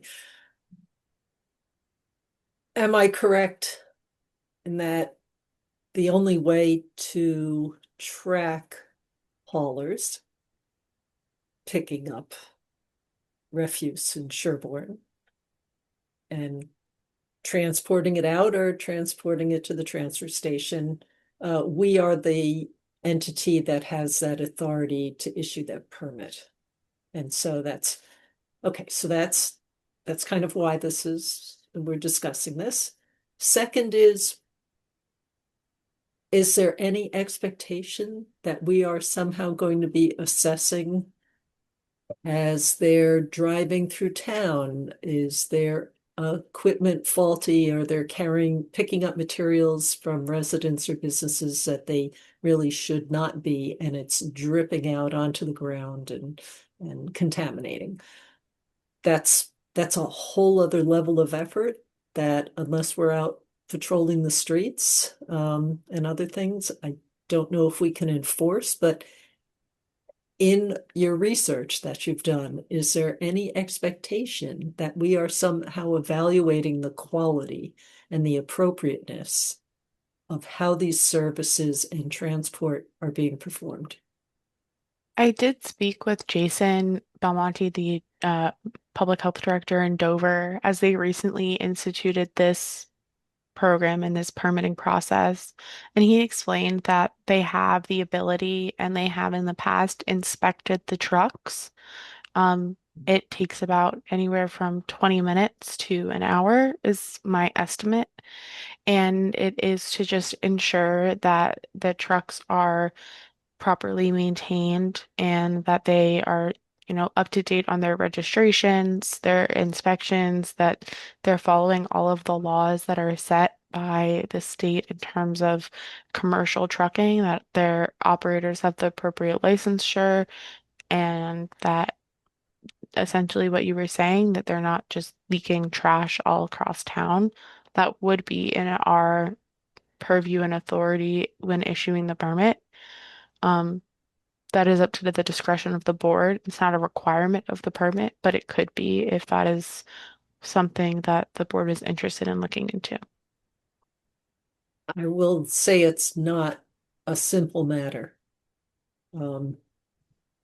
So we could probably catch really egregious things that anybody might catch by seeing some glowing green stuff oozing onto the ground beneath the truck. But other kind of precision takes a lot of effort and knowledge and testing ability.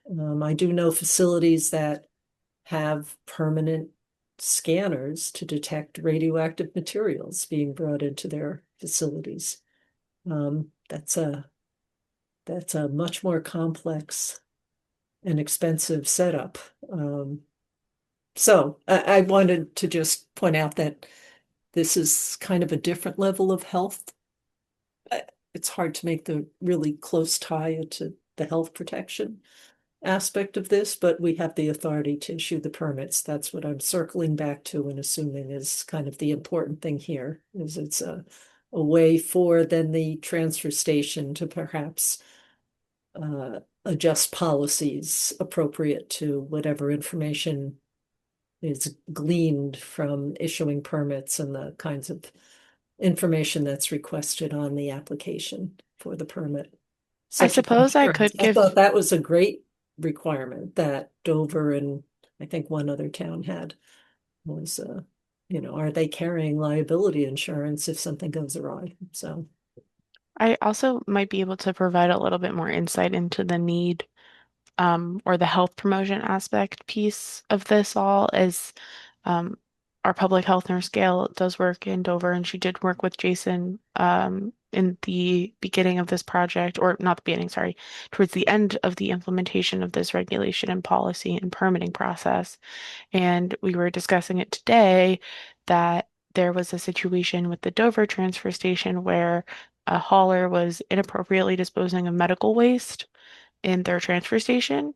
And that is just one example of something that may not have been caught had they not been permitting and had they not been issuing these permits to the haulers. There was no way to know, where it was coming from and necessarily or potentially who was generating the waste and who was not disposing of it properly. So that's just one example, and that's just a recent example that happened in Dover.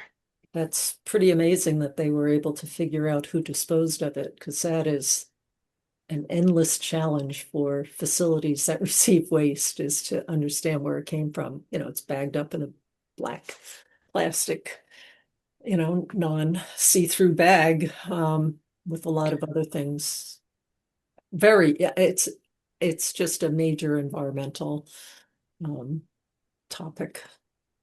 But So- also, Daryl, doesn't this, so let's say a resident observes a violation, like a truck where there's garbage actively falling out of the truck onto the Yeah, side of the road. Then, if they were to call that in to the town, to the police, it would make our way to us. That can be a violation, and then there is an enforcement mechanism. So I think that's at least for maybe that kind of thing that someone could see it. Yeah, We have yeah. that enforcement ability, and that would be, to me, much more practical. Yeah, that sounds like a much, right. It creates a consequence if someone got caught. So, The other thing is if if they're operating in multiple towns and they're coming into Sherborn, we know that Sherborn doesn't have, you know, industries or businesses that could generate potentially harmful waste. Um, so they could be transporting all that here, picking up more waste from here. So are we able to regulate that at all?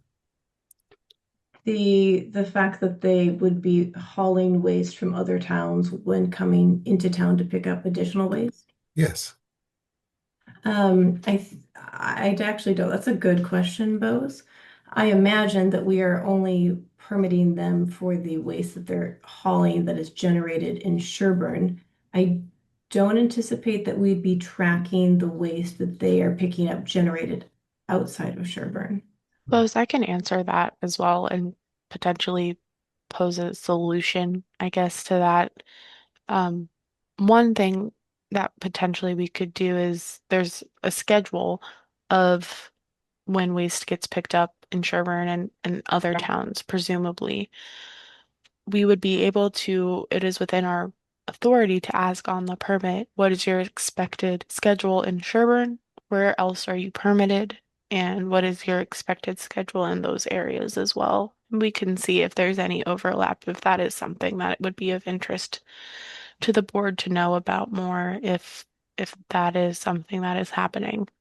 Um, and we can say if you are picking up in Sherburne, um, estimated tonnage. I'm just thinking about this on the spot here. Hypothetically, we could say, you have to be coming to Sherburne and only Sherburne for the day. You can't, we won't allow them to beep bop around other towns. I don't know if that is feasible or logical, but that is just one Right, but potential. there's really no way to enforce these no, things. that's this is So, just such a long-standing issue right, in the waste management business. These things, they are so incredibly difficult to control. yeah. You can't be out there checking if a truck coming in to do their regular run in Sherborne is already half full. I mean, you might catch that once in a blue moon, but Yeah. so I think these are nice ideas, but there have been so many attempts of ways to address these issues on a bigger scale than, Sherborne. I'm talking very large facilities like serving Cambridge and Boston. So Yeah. it's it's tough. But I think I think the idea of possibly a penalty, possibly tracking down, if people had the wherewithal to catch a license plate number. But again, that could just go straight to the police. But anyway, so I'm okay with some levels. I don't want, I guess, having witnessed this for decades. We shouldn't think it's going to solve all issues that we might be having. There might have to be more, but maybe that's what's being worked on. And Nora, your hand's up, so maybe you have the perfect answer for all of that. Give us a perfect answer, Nora. I have actually a slide deck that is pretty interesting, focusing on Lincoln. I've been on to all sites and spoken to Jason also. While that slide is up, Sarah, I do, not to correct you, but they do, part of the Dover's application, that should be a check mark under list of customers. They actually for the permit application. Their largest, like I went there, this is like 2 months ago. They brought like a whole thing here, all their list of haulers. So if somebody comes into town, I actually have a rental property in Dover. So it's pretty interesting. The largest, they have E.L. Harvey, BP Trucking, Cleanway. They also have, Black Earth. These are, that's a composting one. But they also have a list right here that they printed out right there at the Board of Health. For example, they have a whole list of their 700, so they have 733 residential customers. The total in Dover for the Board of Health was 801 residential pickups and 123 commercial pickups. And the applications do include the names and addresses or business addresses for every place that they're picking up. So they do have a list of all the customers. So you might want to change. I have the list too they gave me a Okay. sample of E.L. Harvey, for example, since they're their largest pickup. I think the biggest thing, Daryl, yes, if you see things like spilling out of a truck, absolutely, as a person in town, you'd want to call up the town and then they probably direct it to the Board of Health. But I think the biggest thing here is tonnage.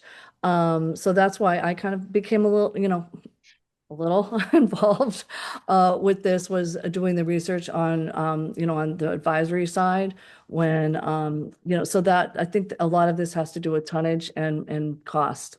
So right now we don't have any there's no way to weigh tonnage for Wayne and Company, for example, what they're picking up in Sherborn. Carlisle has, I don't want to go off on a tangent too much for you all, but it's interesting what they have for some smaller local haulers versus like a Wind Waste, and Wind Waste bought up Orifice. And just so that you know, Orifice, you'd see some of those, at the driveway pickup in town, some of the larger cans, they're grandfathered in. So the only, so that's the only residential pickup is really right now Ruane and Company. Wind Waste, they have grandfathered in. So for example, if I wanted to get Wind Waste, they won't come unless I have a dumpster in my driveway. So that's not going to happen. But anyway, so that's just a snapshot of it. But I think the biggest thing is really about the tonnage. As a matter of fact, E.L. Harvey, they take it it doesn't go into the Dover transfer station. Almost every transfer station, unless it's a weigh station that they can weigh, is towns of our size are all household waste only. But that's, as Julian, as you were saying, Sarah, that's under the other auspices of what the rules and regs are going to be for the transfer station. I'm not part of the working group, but I've just kind of given them a lot of information. And that's all I have to say. I think it's really keeping track. E.L. Harvey, they do require, as I think was on that list, that they have to report back the tonnage that they dropped off at what's called Millbury, or now it's also called Wind Waste has bought out Millbury, but that's the incinerator. So the thing that kind of led this all on is we pay $10,000, like 123 tons we had, say, in March, versus Dover had 80 tons. And that's not the recycling trash. That's a different price, but like I call it trash. So we have to kind of look at why that is. Now, a lot of that tonnage is taken out by those 700 or 800 customers that E.L. Harvey doesn't bring it to that. They take it off site.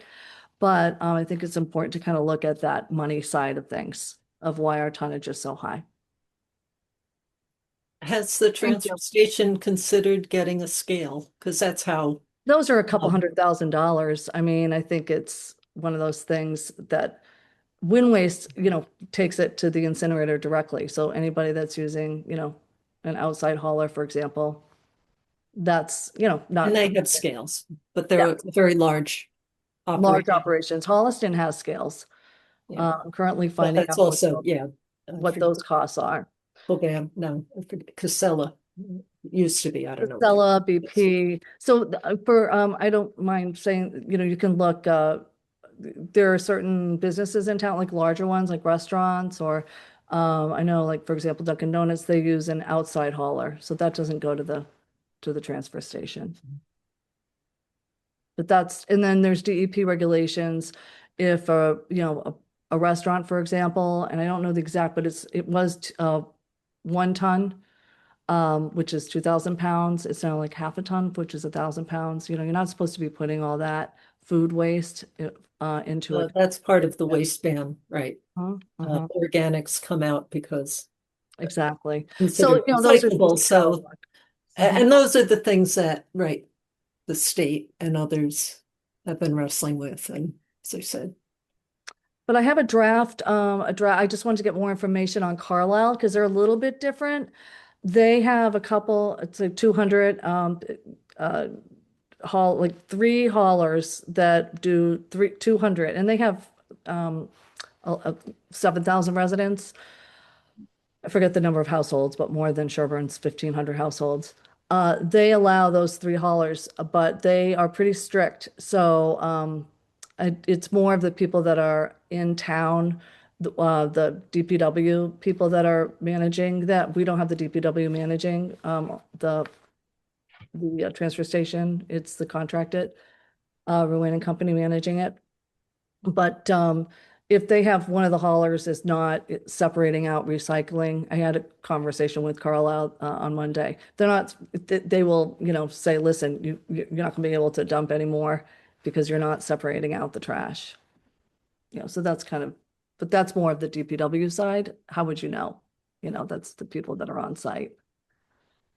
Yeah, that's an important point you bring up, right? So, is the trash going to be separate, and are they going to come 3 times to pick up each of these different things? Like we have paper, we have trash, and we have metal and glass, right? So, And plastic. yeah, and metal, glass, and plastic. Yeah. So, Well, yeah. technically, they should be, that should be separated out, and Ruane really is the one picking up and then also managing. So I'm hoping that they're separating that out, and that really, you know, comes to households too. There are so many different iterations, but not really under your auspices for Board of Health, but Sure. more for the working group. For, you know, there are some towns that only take, you know, clear plastic bags, you know, and they are pretty strict about it.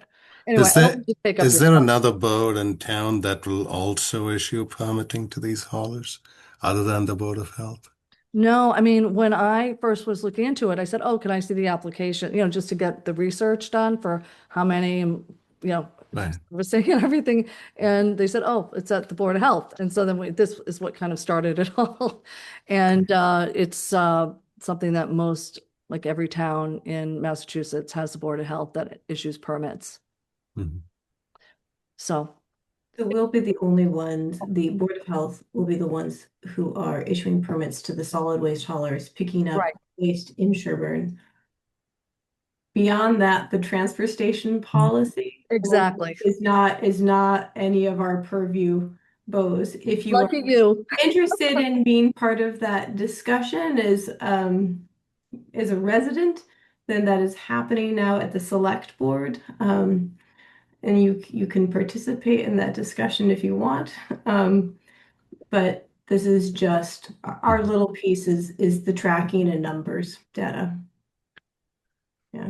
Yeah, so I didn't Okay. mean, I'm sorry, hopefully I didn't go off topic, but I really wanted to kind of focus on the application process, and that Dover has a pretty significant one, which is right next door. Well, I guess since all these towns have done the groundwork, we just take from them and try to figure out something that we would like to do, right? That's the perfect segue, Bose. That's exactly what we're going to be doing. So I think what Sarah was trying to show here, and perhaps at one of the next ones, if she wants to, not some towns that have the online permitting, you can't have a nice PDF of an application. It's not, you can't get that. But certainly, you know, Dover, you can see their application. I think it is well done. If we want to look at that, but that is what she is showing here in this chart, which is kind of what is required on an application. It's pretty, you can tell what are the core the core pieces of information that are required, and then what are the things that are a little bit more elective that we might want to ask. And again, that's the kind of thing where we would want from the working group some guidance about what specific information would be useful to them to have collected in this permit. All right, so this is to be continued. And Sarah, depending on when that working group is meeting next, I would be happy to join you. If it is the first half of August, I will be unable to join. If it's the second half of August, I can join. And if you do want another board member there in my stay, you could probably reach out to someone to see if they want to come. All right. Sounds good. Thank you. Thank you, Sarah, for pulling this all together and setting us a timeline. We're going to stick to it because we do want to have these permits active for the new calendar year. Thank you. And I'll be sending out this presentation along with a document that was, I believe, in the meeting materials for this week. For I guess I didn't include it. That has a consensus overview, similar to what I presented. I'll send that out to everybody as well.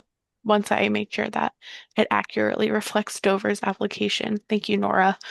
When they're online, it's hard for me to click through them sometimes, so No, appreciate thank you. it. That was a great presentation.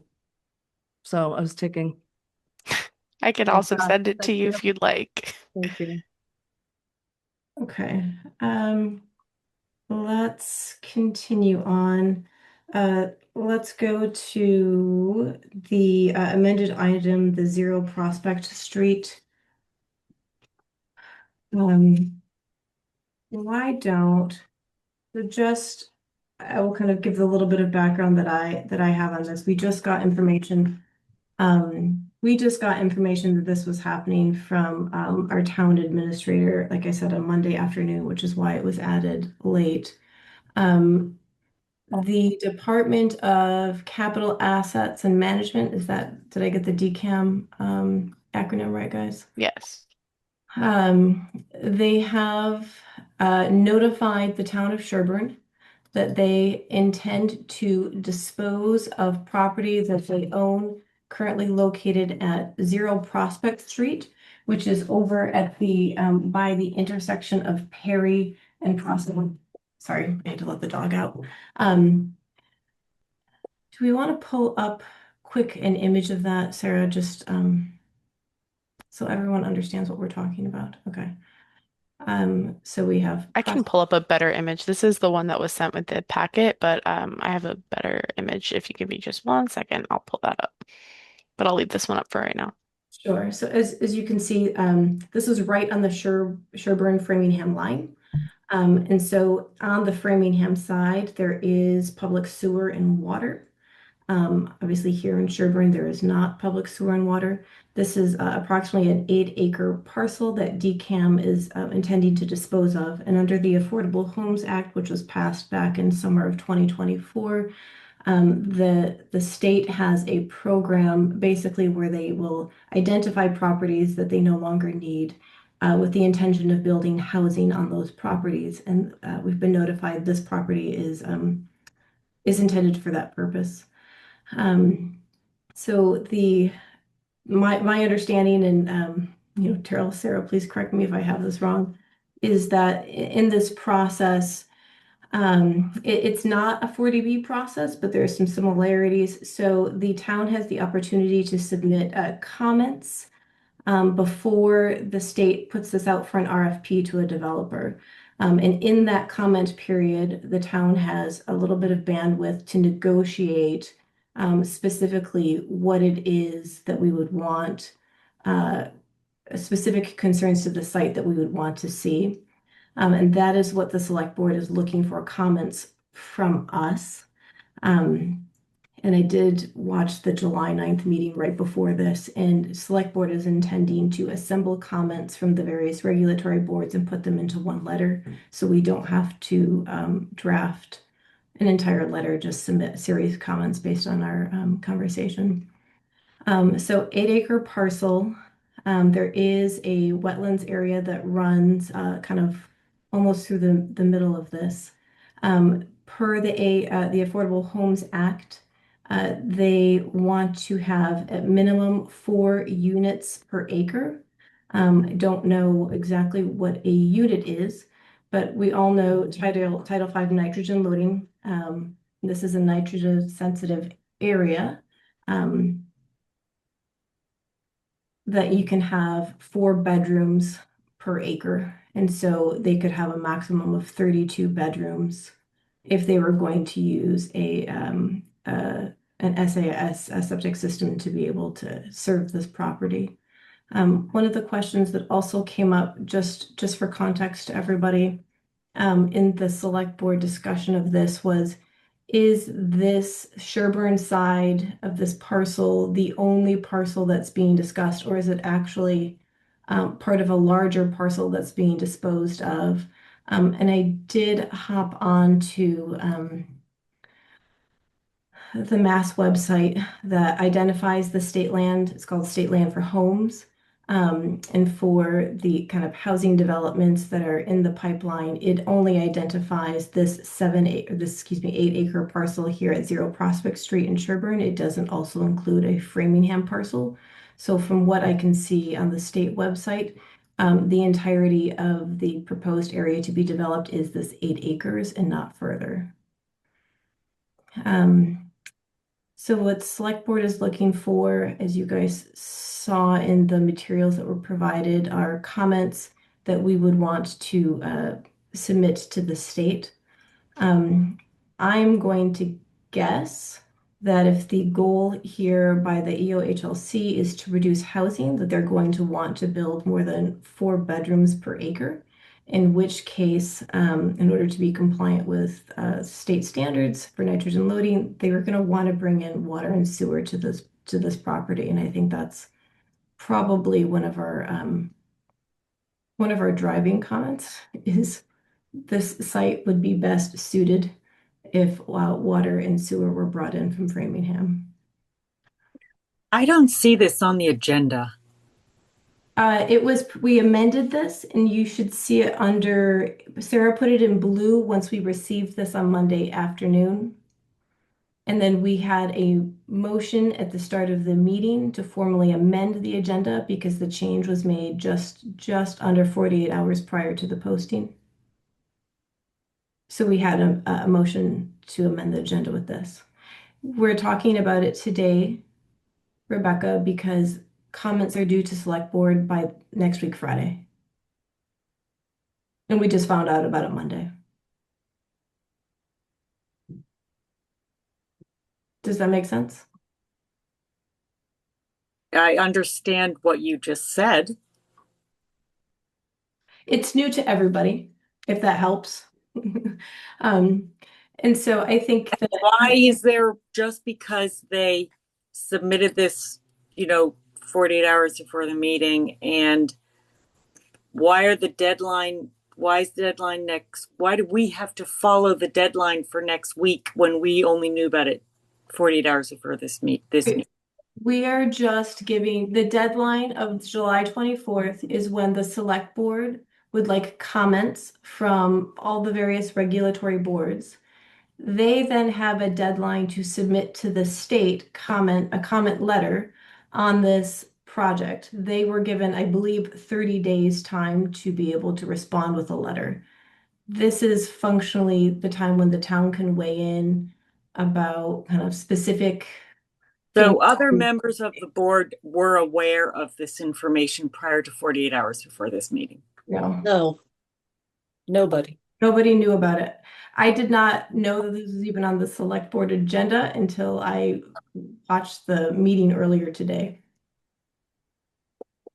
This is completely new to all of us.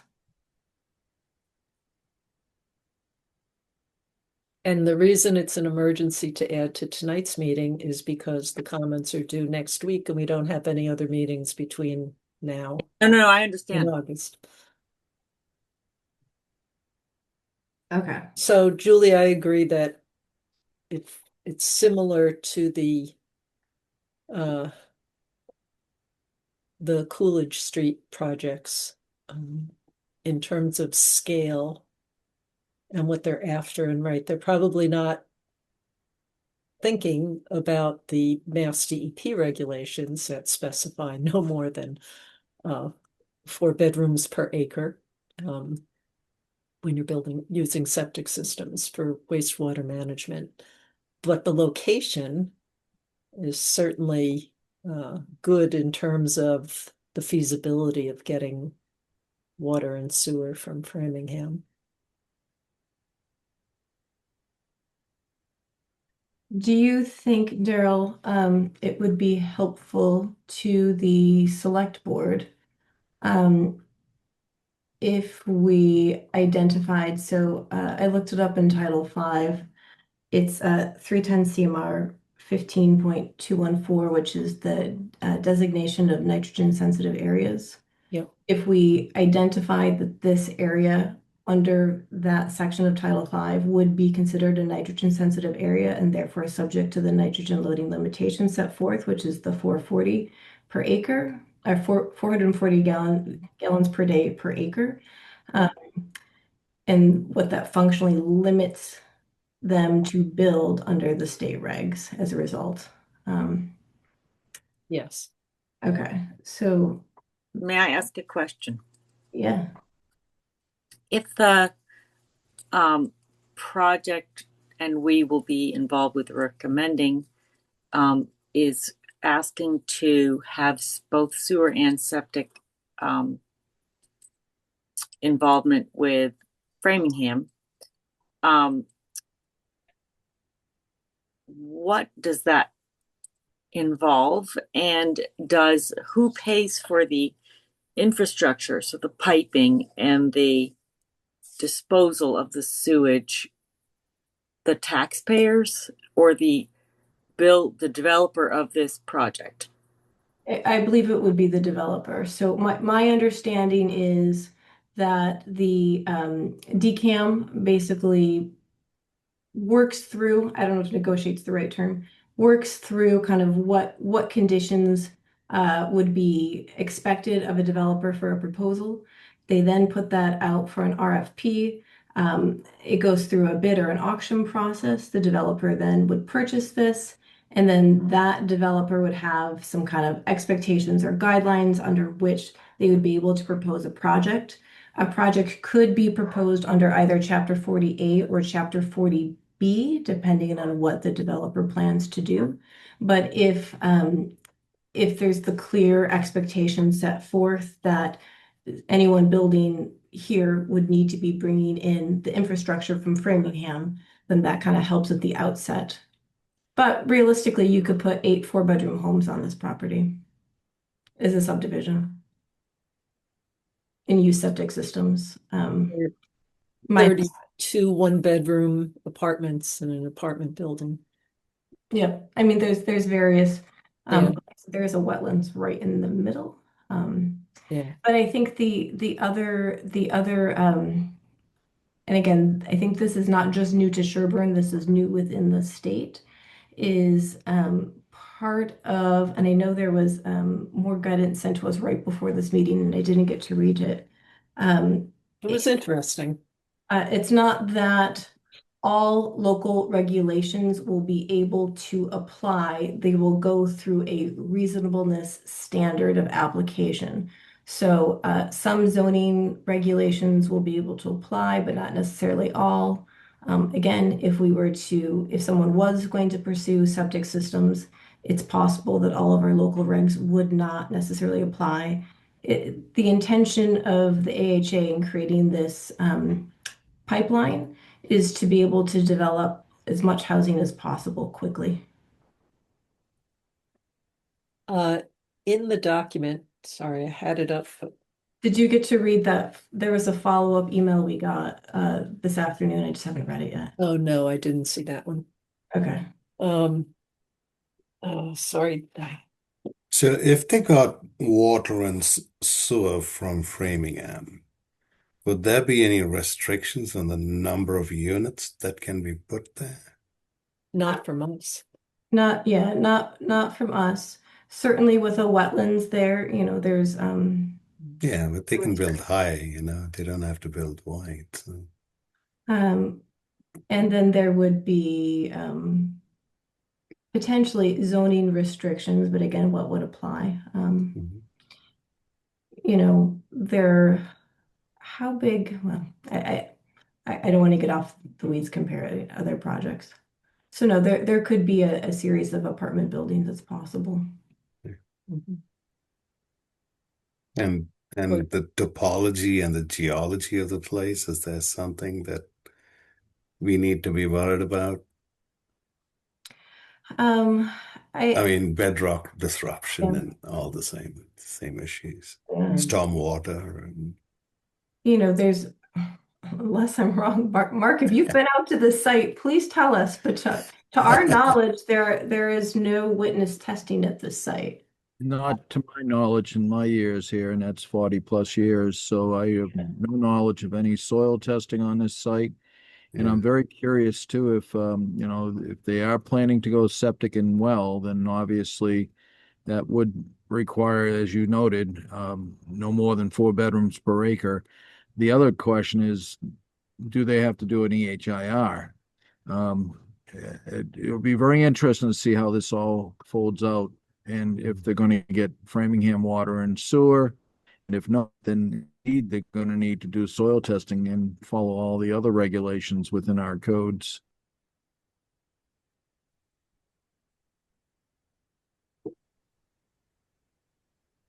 I don't know why developers would not build, if they can get water and sewer from Framingham, would not build as many units as possible. I think it's the cost of bringing in that infrastructure, but the right developer would be able to absorb that. So in the guidance document that they provided, surplus land guidance document of June 2nd, 2025, they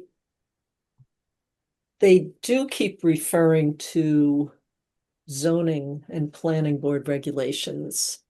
There's no mention of Board of Health when they're talking about as of right and other kinds of things. Again, reference to special permits, variance, zoning amendment, waiver, or other discretionary zoning approval. And then at the end of the document, there's something interesting. They provide an example, something about when you could impose a requirement for off-street parking.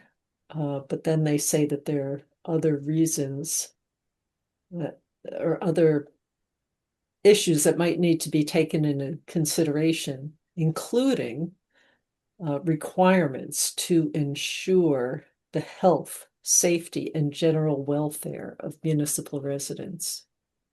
So that was just an example, but it was interesting to me that they brought up health and safety and general welfare, which is what we're talking about in terms of protection of groundwater resources. So, and again, they don't talk about Board of Health regulations here. It's all about zoning, planning. Yeah. So in any case, I think we have our standard sets of issues that have been brought up connected with the Coolidge Street projects and others that we can extract and adjust from some of our past comment letters. It is very similar to the Coolidge Street and Meadowbrook Commons projects. Yeah. I guess, I guess it would be possible for them to put in multiple wells and have PWSs and then put in, if it was, over 10,000 GPD, they could have a wastewater treatment plant with a discharge permit. But they're usually discharged to ground, and that's kind of a similar, they're big leaching fields. They might have more treatment up front, but it's often either, if it's not to a river, or to the ocean, then it's to the ground, just like an Yeah. SAS. So any other SAS. So it still requires permitting. It just, there's some nuances about that that don't offer as much protection as our local regs would. I guess what I was thinking was that's you're exactly right. It is possible that someone could build a higher density development and ultimately take water out of the ground for the residents. And then functionally put that water back into the ground through a subsurface disposal area, right? So I guess I'm wondering if there's anything we need to make a comment on for that. We could request that if they choose to do on-site water, that I guess it depends on if it's going to be single-family homes, each on a quarter acre or something like that.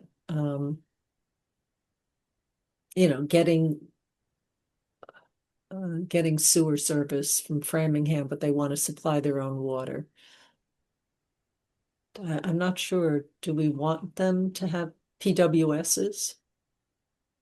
If there's any sharing of wells, I'd rather just have them share in a major way for all those protections, all of the problems that we've discussed in the past about having multiple folks involved in the management of the well providing shared water, and then the disagreements that evolve, and then things don't get taken care of, and they're more complex systems for distribution, and that it needs an organized management thing. So that's also something that we've often commented on. But there are ways to maneuver around having a PWS requirement, and we've seen that with projects in town that have avoided that. And then the residents have expressed their unhappiness with what it's like to try to negotiate with a whole set of folks with different opinions on how to run that water supply system. So anyway, and that we have to extract Yeah. your documents and adjust. And the take home Question. I'm sorry, I'll give you 1 second, Mark. The take home from select board is they believe that these comments are really should be high level. I think the nuance that we start going to pretty quickly of shared wells versus individual private wells versus PWSs, I think select board would say that is not at a level that the state is going to be considering at this point in the process. It's not that it's not important, Daryl. It's just that I'm trying to recognize our audience at this moment. So maybe one way to state it is that that we would need various boards to review and approve based on town bylaws, proposals, and things like that, rather than going into nitty-gritties and details. Would that make sense? And I think that this is kind of a first in that it's not totally clear what if this is proposed under well, it depends at chapter 48, chapter 48. If town regulations and local regulations are being applied, which ones are going to pass the reasonableness test that's being proposed here? We don't know that. Sorry, I didn't get that. I know that's very confusing. So the answer is it's not clear that all local regulations will be applicable to this project. And even if they would be applicable, if because of this permitting pathway, they will be they could basically be sidestepped. And we haven't had this exact path before. It's So completely part of me feels like, do we write some comments that are very high level, but this may be our only chance to include some devil in the details kind of comments. This might be it. We don't know if they're ever going to run anything by us again. No, So but the we need to get details it out there or not. are in the bylaws. So we say that we need to review. The boards needs a chance to review and reflect on what is being proposed. And we want to assert the rights of the boards in the town on the developer or to whatever extent possible. I mean, I don't know how to write it legally. We might have to find some legal person to write it all out because, yeah, I don't know. That's what I'm thinking, and I'm thinking out loud. That's all. And I think they want to go ahead and know, are there some special issues they should be aware of before they put this out to bid? Uh-huh. I'm not sure that we're going to Okay. do this again. Okay. Um, Okay. So that And makes so this is also our chance to say, again, some of them they're very tough because insisting on a public water supply because we think it would simplify things for future residents if they're sharing wells at all.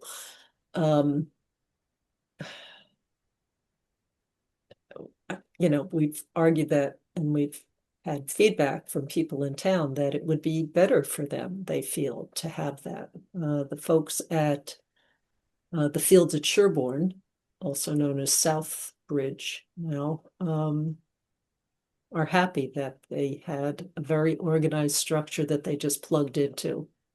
And every household pays a fee and they have meters and, it's just easier for them.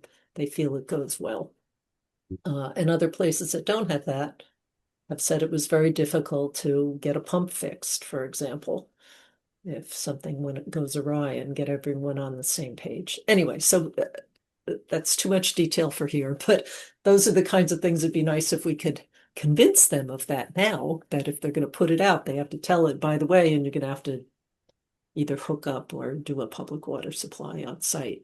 Yeah. I don't know, but I'm dreaming, perhaps. I think it's a great idea to recommend a public water supply. Yeah, either the infrastructure brought in from Framingham or the requirement that there be a PWS.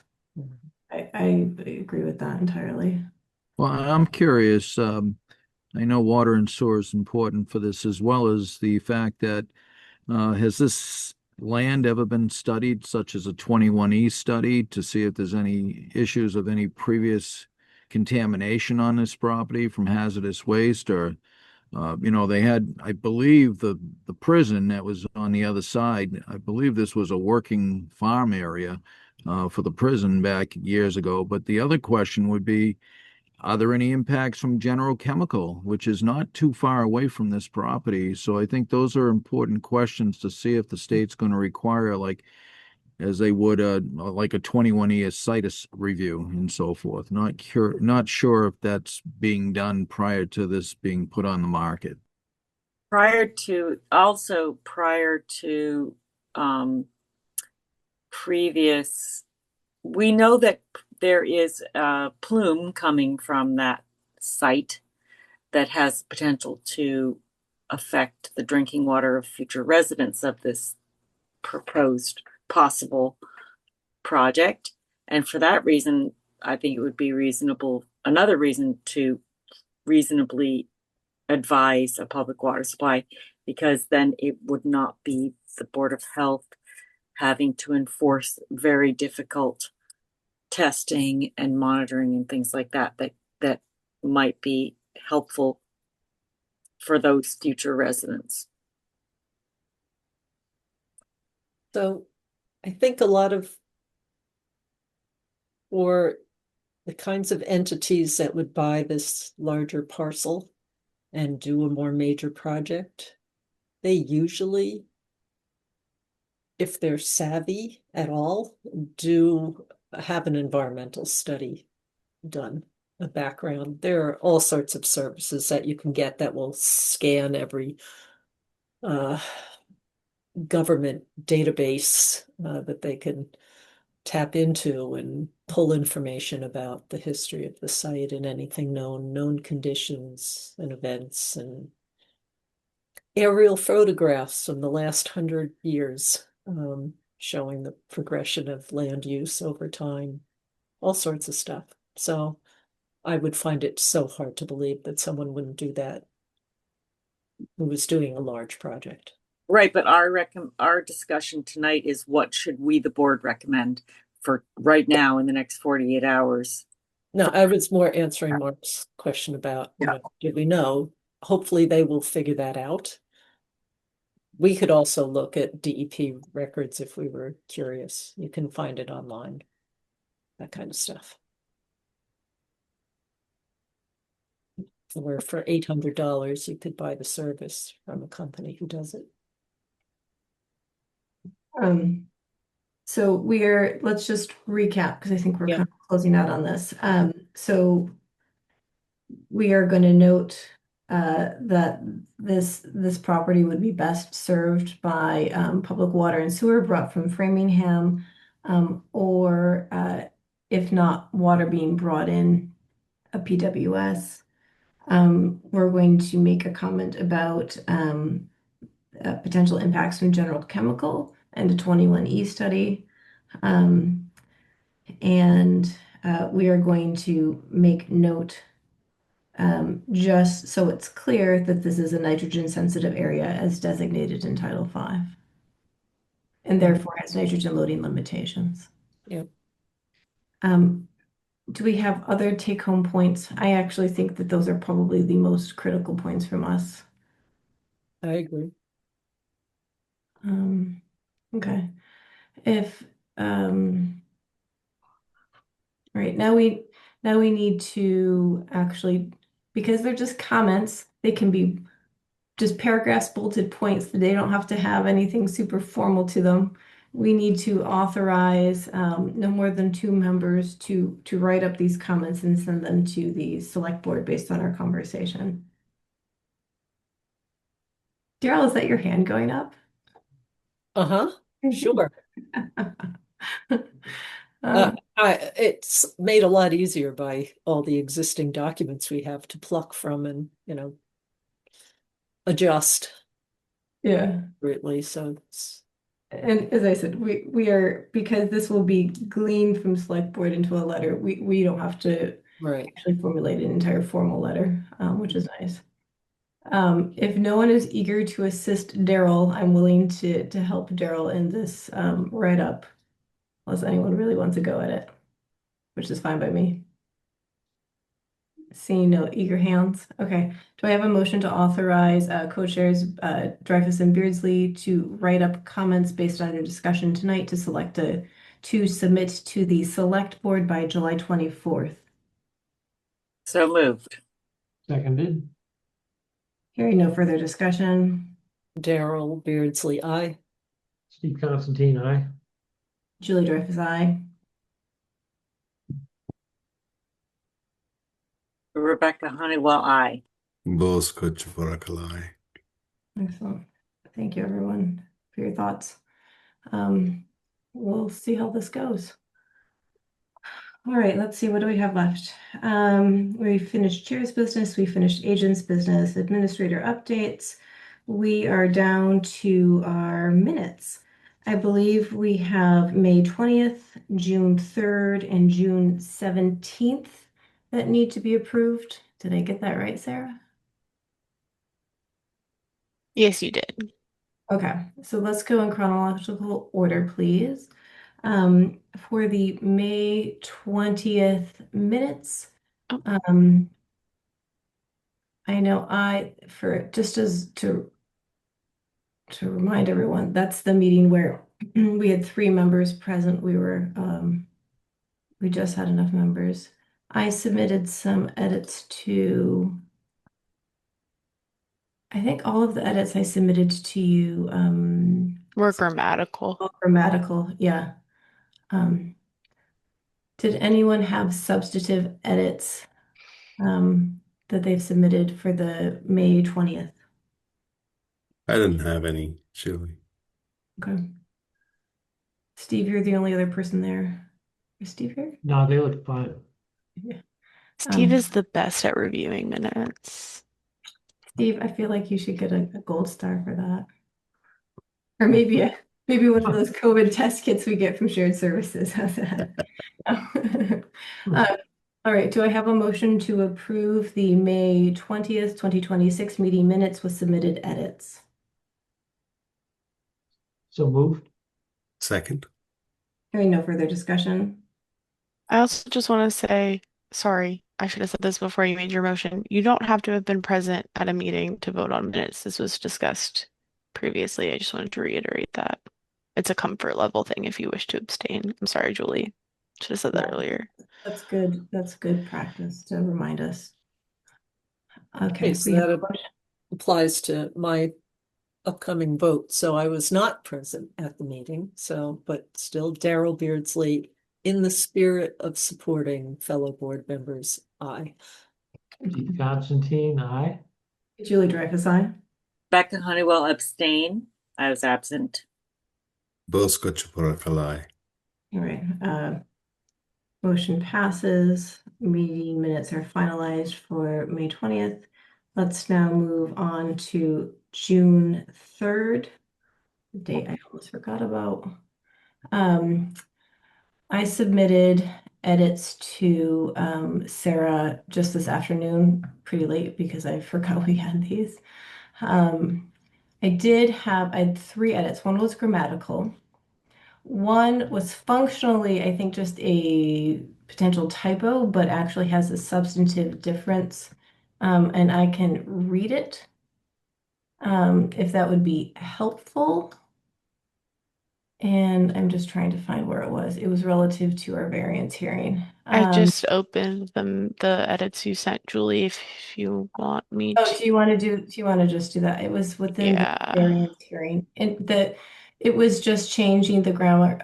We were giving a variance because the system was uphill to the on-site well. Yes, I And considered that a grammatical edit. it was just the wording had made it sound like that the system was not uphill from the on-site well. That was from the May 20th meeting minutes. It was May 20th? Okay. Yes, Okay. June 3rd, the edits that you submitted, I haven't looked at yet, but I do remember that comment or those edits, and I consider them to be grammatical. They did not change the substance of the minutes. For June 3rd, you had 2 edits. They were both oh wait, the 3 edits. The third one was simply, and actually it answered it, which said, this was referring to Toll Brothers, the applicants committed to returning for the July 15th meeting with comparative stormwater materials as discussed. I did not recall them coming back to this meeting. Obviously they did, and clearly that happened. So I think you can just ignore that, leave that sentence. Okay. Then Um, everything else is grammatical. did anyone have substantive edits? Sorry, guys. Now, I had tiny edits, like title 5 is the number 5, not a V, per how it's written by Mass DEP. I see that now. Old Richards Road instead of Old Orchard Road. That must have been the AI heard didn't interpret orchard correctly, and something else. I haven't sent those because I had them today, but I've been on site all day and I have not had a chance to email them, so I can do that after this meeting if that's not too late. They were, and I think there were 3 or 4 things that were like that. Tie and bond, the name was, it's not TYGHE, it's TIGHE, and nothing major. All grammatical. I think we just want to make sure that if anyone has submitted, is about to submit or has submitted substantive edits that change the content of the meeting minutes, all of the board members are aware of it. Just great. The dog is behind me. Give me one. I believe the Richard Road debacle was also actually from the May 20th meeting minutes because I do remember seeing that and thinking, oh, that was the robot. Yeah. Okay. Oh, it was also apparently in this one. Never mind. Old Richard Road. Okay. Other board members, any substantive edits to the June 3rd that we just need to make other members aware of before we vote? I had no changes to these minutes. Excellent. I don't know, Sarah, if it's probably you and the AI, but you guys are doing a good job together. Thanks. I love my robot friend. Yeah, it's actually impressive. All right, do I have a motion to approve the June 3rd, 2026 meeting minutes with submitted edits? So So moved. moved. Second, Hearing no further discussion. Darrell Beardsley, aye. Steve Constantine, aye. Julie Dreyfus, aye. Rebecca Honeywell, aye. Both Kutchupurakali. Excellent. And finally, we have the June 17th minutes. While I do not have to abstain, I'm going to abstain because I have not read these and I was not present at the meeting, but I think there was enough other members here. There have been no submitted edits. I Right. have I not. have no edits and I've read the minutes. I haven't read them, so I don't know. Neither have I. I read them. I thought they looked good. Okay. Okay. So we have two board members who have read them with no edits. So to the other board members, we can move forward and vote, or because these are the most recent minutes, they can get held off into the August meeting for voting. What would you guys prefer? I would, there was a very long and complicated discussion or two in there. I would feel a little better about checking, especially since something was a new situation that we had to make decisions on. So I'd just like to check that over, that it captured it properly. Or captured kind of the salient points that were key to our decision making, which sometimes the AI misses. All right, so we will Summarizes the easy stuff well, but those extra technical aspects sometimes just don't appear. So All right. So Sarah, we will not vote those now. Those will be up for vote at the August 12th meeting. Okay, but we got two sets done. That's good. I just want to say that in terms of AI for the summaries and things of that nature, those are actually mostly me. I tend to edit most of what the summaries are, like the more technical stuff. So if there's anything I'm generally missing, I'm happy to take comments on that and improve moving forward. okay. I think you're doing a good job because I wasn't sure. It's like, wow, AI is really getting a lot of this. I'm impressed, but it's you, Sarah. So good job. Thanks. Yeah, no, I It's me and AI, but Yeah. I think do you're doing a take, great job. thank you. Thank you. Yeah, that's great. All right, finally, agenda items for our August meeting. We know that we are going to have Julie, before you start that, so last time I did mention that I would reach out to this researcher in person at the main geological survey, and she actually did get back to me, and she gave me contact details from the Mass Geological Survey to reach out to for bedrock disruption and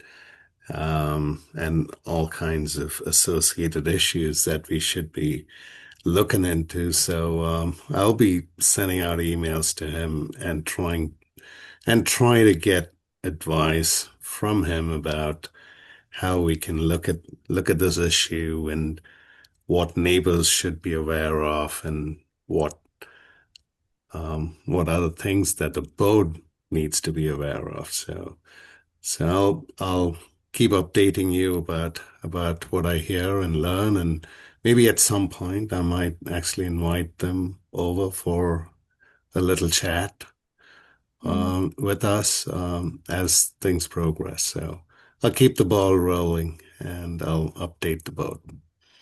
Thank Great. you for pursuing that, Bose. Excellent. We're going to talk about the peer reviewer for Meadowbrook Commons. Hopefully we'll have information back on that. Do we have variance hearings? No. Not that I know of, Julie. I know there's some septic plans that I've reviewed that will need to be revised. So until they're revised, I'm not sure if they're going to need variances or not. We'll have to wait for that time to come forward. Three of them are new lots, so they wouldn't be able to ask for variances. But the other one is on 38 Bullet, and they need to, not 38 Bullet, that one just came in. 79 Bullet, we're waiting for the engineer to respond to the deficiencies and have not heard back, but that will be a variance hearing. Okay, but likely in September. Yeah, I expect September or even later. The only two that I will bring back is 155 Maple and as well as the other one that was on One Whitney Street. And I'll ask the homeowner of one of both properties to attend the next meeting and if they so wish, but definitely One Whitney Street so we can have. Mark, you just muted yourself, but I assume One Whitney Street so that we can have an appropriate update from them on the status of their plan. Yeah, One Whitney Street. I'm sorry if I'm a terrible connection. That's why I'm not running my video right now. That's But okay. one Whitney Street, I'm hoping I'll advise the homeowner that the board would like to have him at a future meeting, which would be helpful for us to communicate with him on the sunroom and what we discussed tonight. Do we, since the deadline for 155 Maple was August 31st, I guess the only update would be needed then is if you have in fact received a plan. Otherwise, it would be at our September meeting, if they have not submitted, I guess, right? That we have to talk about the next. Does that make sense, Mark? That makes sense. Yeah. Yeah. And I'll send emails right after the meeting. I'll send out emails to both applicants, advising them of the importance of the decisions made by the board tonight. Okay. Doesn't mean that they should wait until August 31st to take care of some of these things. That's the outer marker. It will be much easier for them to achieve their second benchmark if they get that plan in even earlier, or if they can. Yeah, no, I agree. I agree. Could something at the extreme be that we don't permit anyone to live in that house until the system is corrected? Is that one of the possible endpoints of continued non-compliance? That could be, or they pump out the holding container. Yeah. Or the septic. I'm not for sure if they have a septic tank. I don't think they do. I think it's a cesspool. So there could be a variety of ways to prevent the sewage from entering the groundwater and wetlands, and one of them would be pumping or move out of the house. You know, but hopefully we do not have to go down that route.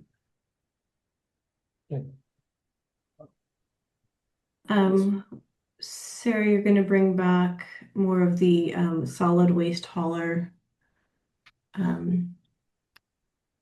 Is that correct? I didn't get that. Sorry. Could you try again? That's my Siri. Whenever Yes, I'll be bringing that back, and if the board would like to begin again revisiting that fee waiver policy, kind of fell off the wayside a little bit there, but I will also be able to bring that back. And I just want to remind everybody again, if you will not be in attendance at the August 12th meeting, let me know as soon as possible Julie will not be present, and so if more individuals know for certain that they will not be present or even potentially might not be present, it might be wise to reschedule the meeting. We don't have any variance hearings, but again, if you know now or if you know sooner, please let me know. Might be away. You will be away? Yeah, very likely. Okay. Well, Steve, Rebecca, and Daryl will still have a quorum, but if anyone else knows that they will not be here, let me know. And I Bose, I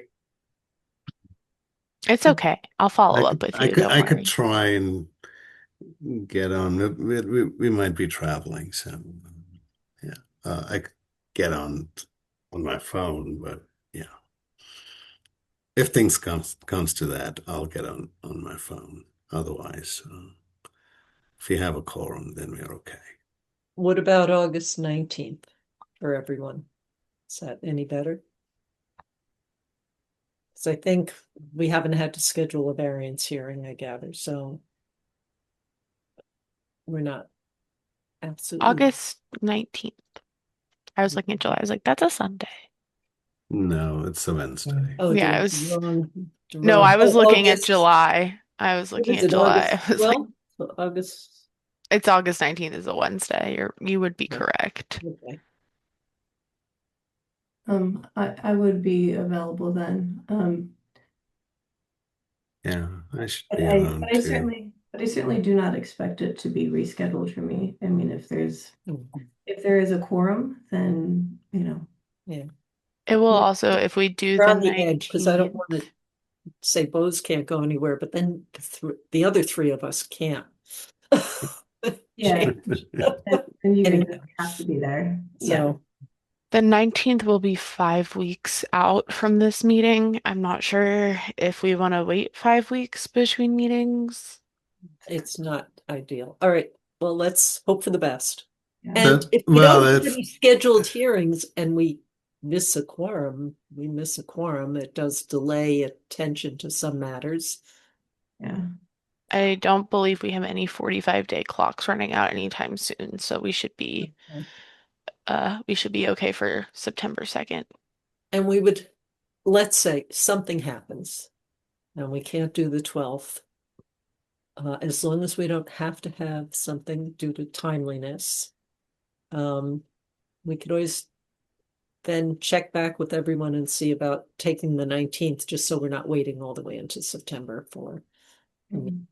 So Yeah. that'll That's- be our fallback, if that's okay. If there's an emergency and quorum can't be Yeah. had. Yeah. It happens periodically with all sorts of boards, so. Yeah. Okay, I think that's reasonable. I'm sorry, I'm going to be on a plane during the meeting, so I know I'm not gonna be able to call in. It's okay. Trouble. We're over the Atlantic. And just as an update to the board for scheduling purposes, I will be out of the office all day tomorrow, and I will be only in the office in the afternoon on Tuesday the 21st. So I'll be out of the office in the morning. If there's an emergency for whatever reason, I will have my phone on me. But I don't necessarily suspect there to be. Okay. Okay, and we have office coverage. Yes, Jean will still be in the office tomorrow. Perfect. But Okay. Julie, I'm not sure if this involves an agenda item or not, or if we even want to talk about it, but it's not a virus. I think it's a parasite, that cyclospora thing. Cyclosporia. oh yes, Yeah, do we want to The do any outbreak. advisory stuff on that, or I don't. Have we gotten anything from DPH on that? no, only Okay. things we've gotten from DPH recently are about the air quality. From the wildfires? Yeah. Yeah, but that wasn't an agenda item. I wasn't sure if the board wanted to yeah. I say think anything. we need to put something out on the website, right, Steve? Yeah, I'm waiting on It's guide. So that's that. So yeah. in the past, Bose, just for context and anyone who didn't know, when there have been advisories or recalls, specifically what I'm thinking of is there was a recall for infant formula from botulism. Right. Our shared services team has drafted those advisories and sent them. So I was waiting to see if they had anything to say about the parasite. There hasn't been anything that's come out yet, This is but from where? The shared shared services? services it's from Charles River Public Health District. It's Needham, Okay. Dover, Sherborn, Okay. and us. Okay. Okay. Okay. Um, but if that is something that the board wants me to make some materials on and share on the website, I'm more than happy to do that. I don't know if things are still rising with that, or if it's starting to dissipate, or what's going on, but I don't know if there's advice we need to tell people, like, don't, I don't haven't buy been anything. following it. My wife has been, and she's been looking into it very carefully. And I haven't had the time to do anything there. Yeah. Yeah, it's because we don't have federal surveillance anymore. I would say my inclination, Sarah, is if shared services is putting something together, or if we're getting anything pushed out from DPH, then that would make sense to go on to the website. I think it only would need to be brought to a board meeting if there was some type of discussion point or decision or kind of community coordination that would be required. But otherwise, I think it's fine for you to put that kind of PSA out on the website without us talking about it. Okay, sounds And, good. and I went to the DPH website as you were discussing it, and nothing's out yet. They have one West Nile virus notice out there right now, but there's nothing so far on the foodborne illness. But I'm sure they'll have something out soon. Yeah. I have to step away for a moment, unless there's something else you need me for. I'm sorry, there's someone knocking at my door. Okay. Okay. Yeah, and soon we're gonna enter into the arbovirus period. Okay. Is that, I think that's everything that we can think of right now. All right. So let's do a motion to adjourn. I move to adjourn. Do I have a second? Second. Daryl Beardsley, aye. Steve Constantine, aye? Julie Dreyfus, aye. Rebecca Honeywell, aye. Both Kalai. All right. Good night, Thank you, everyone. everyone. We adjourned at 10:09. Thanks, Have a great guys. night. Take Have a care. good one. Good evening. Happy summer.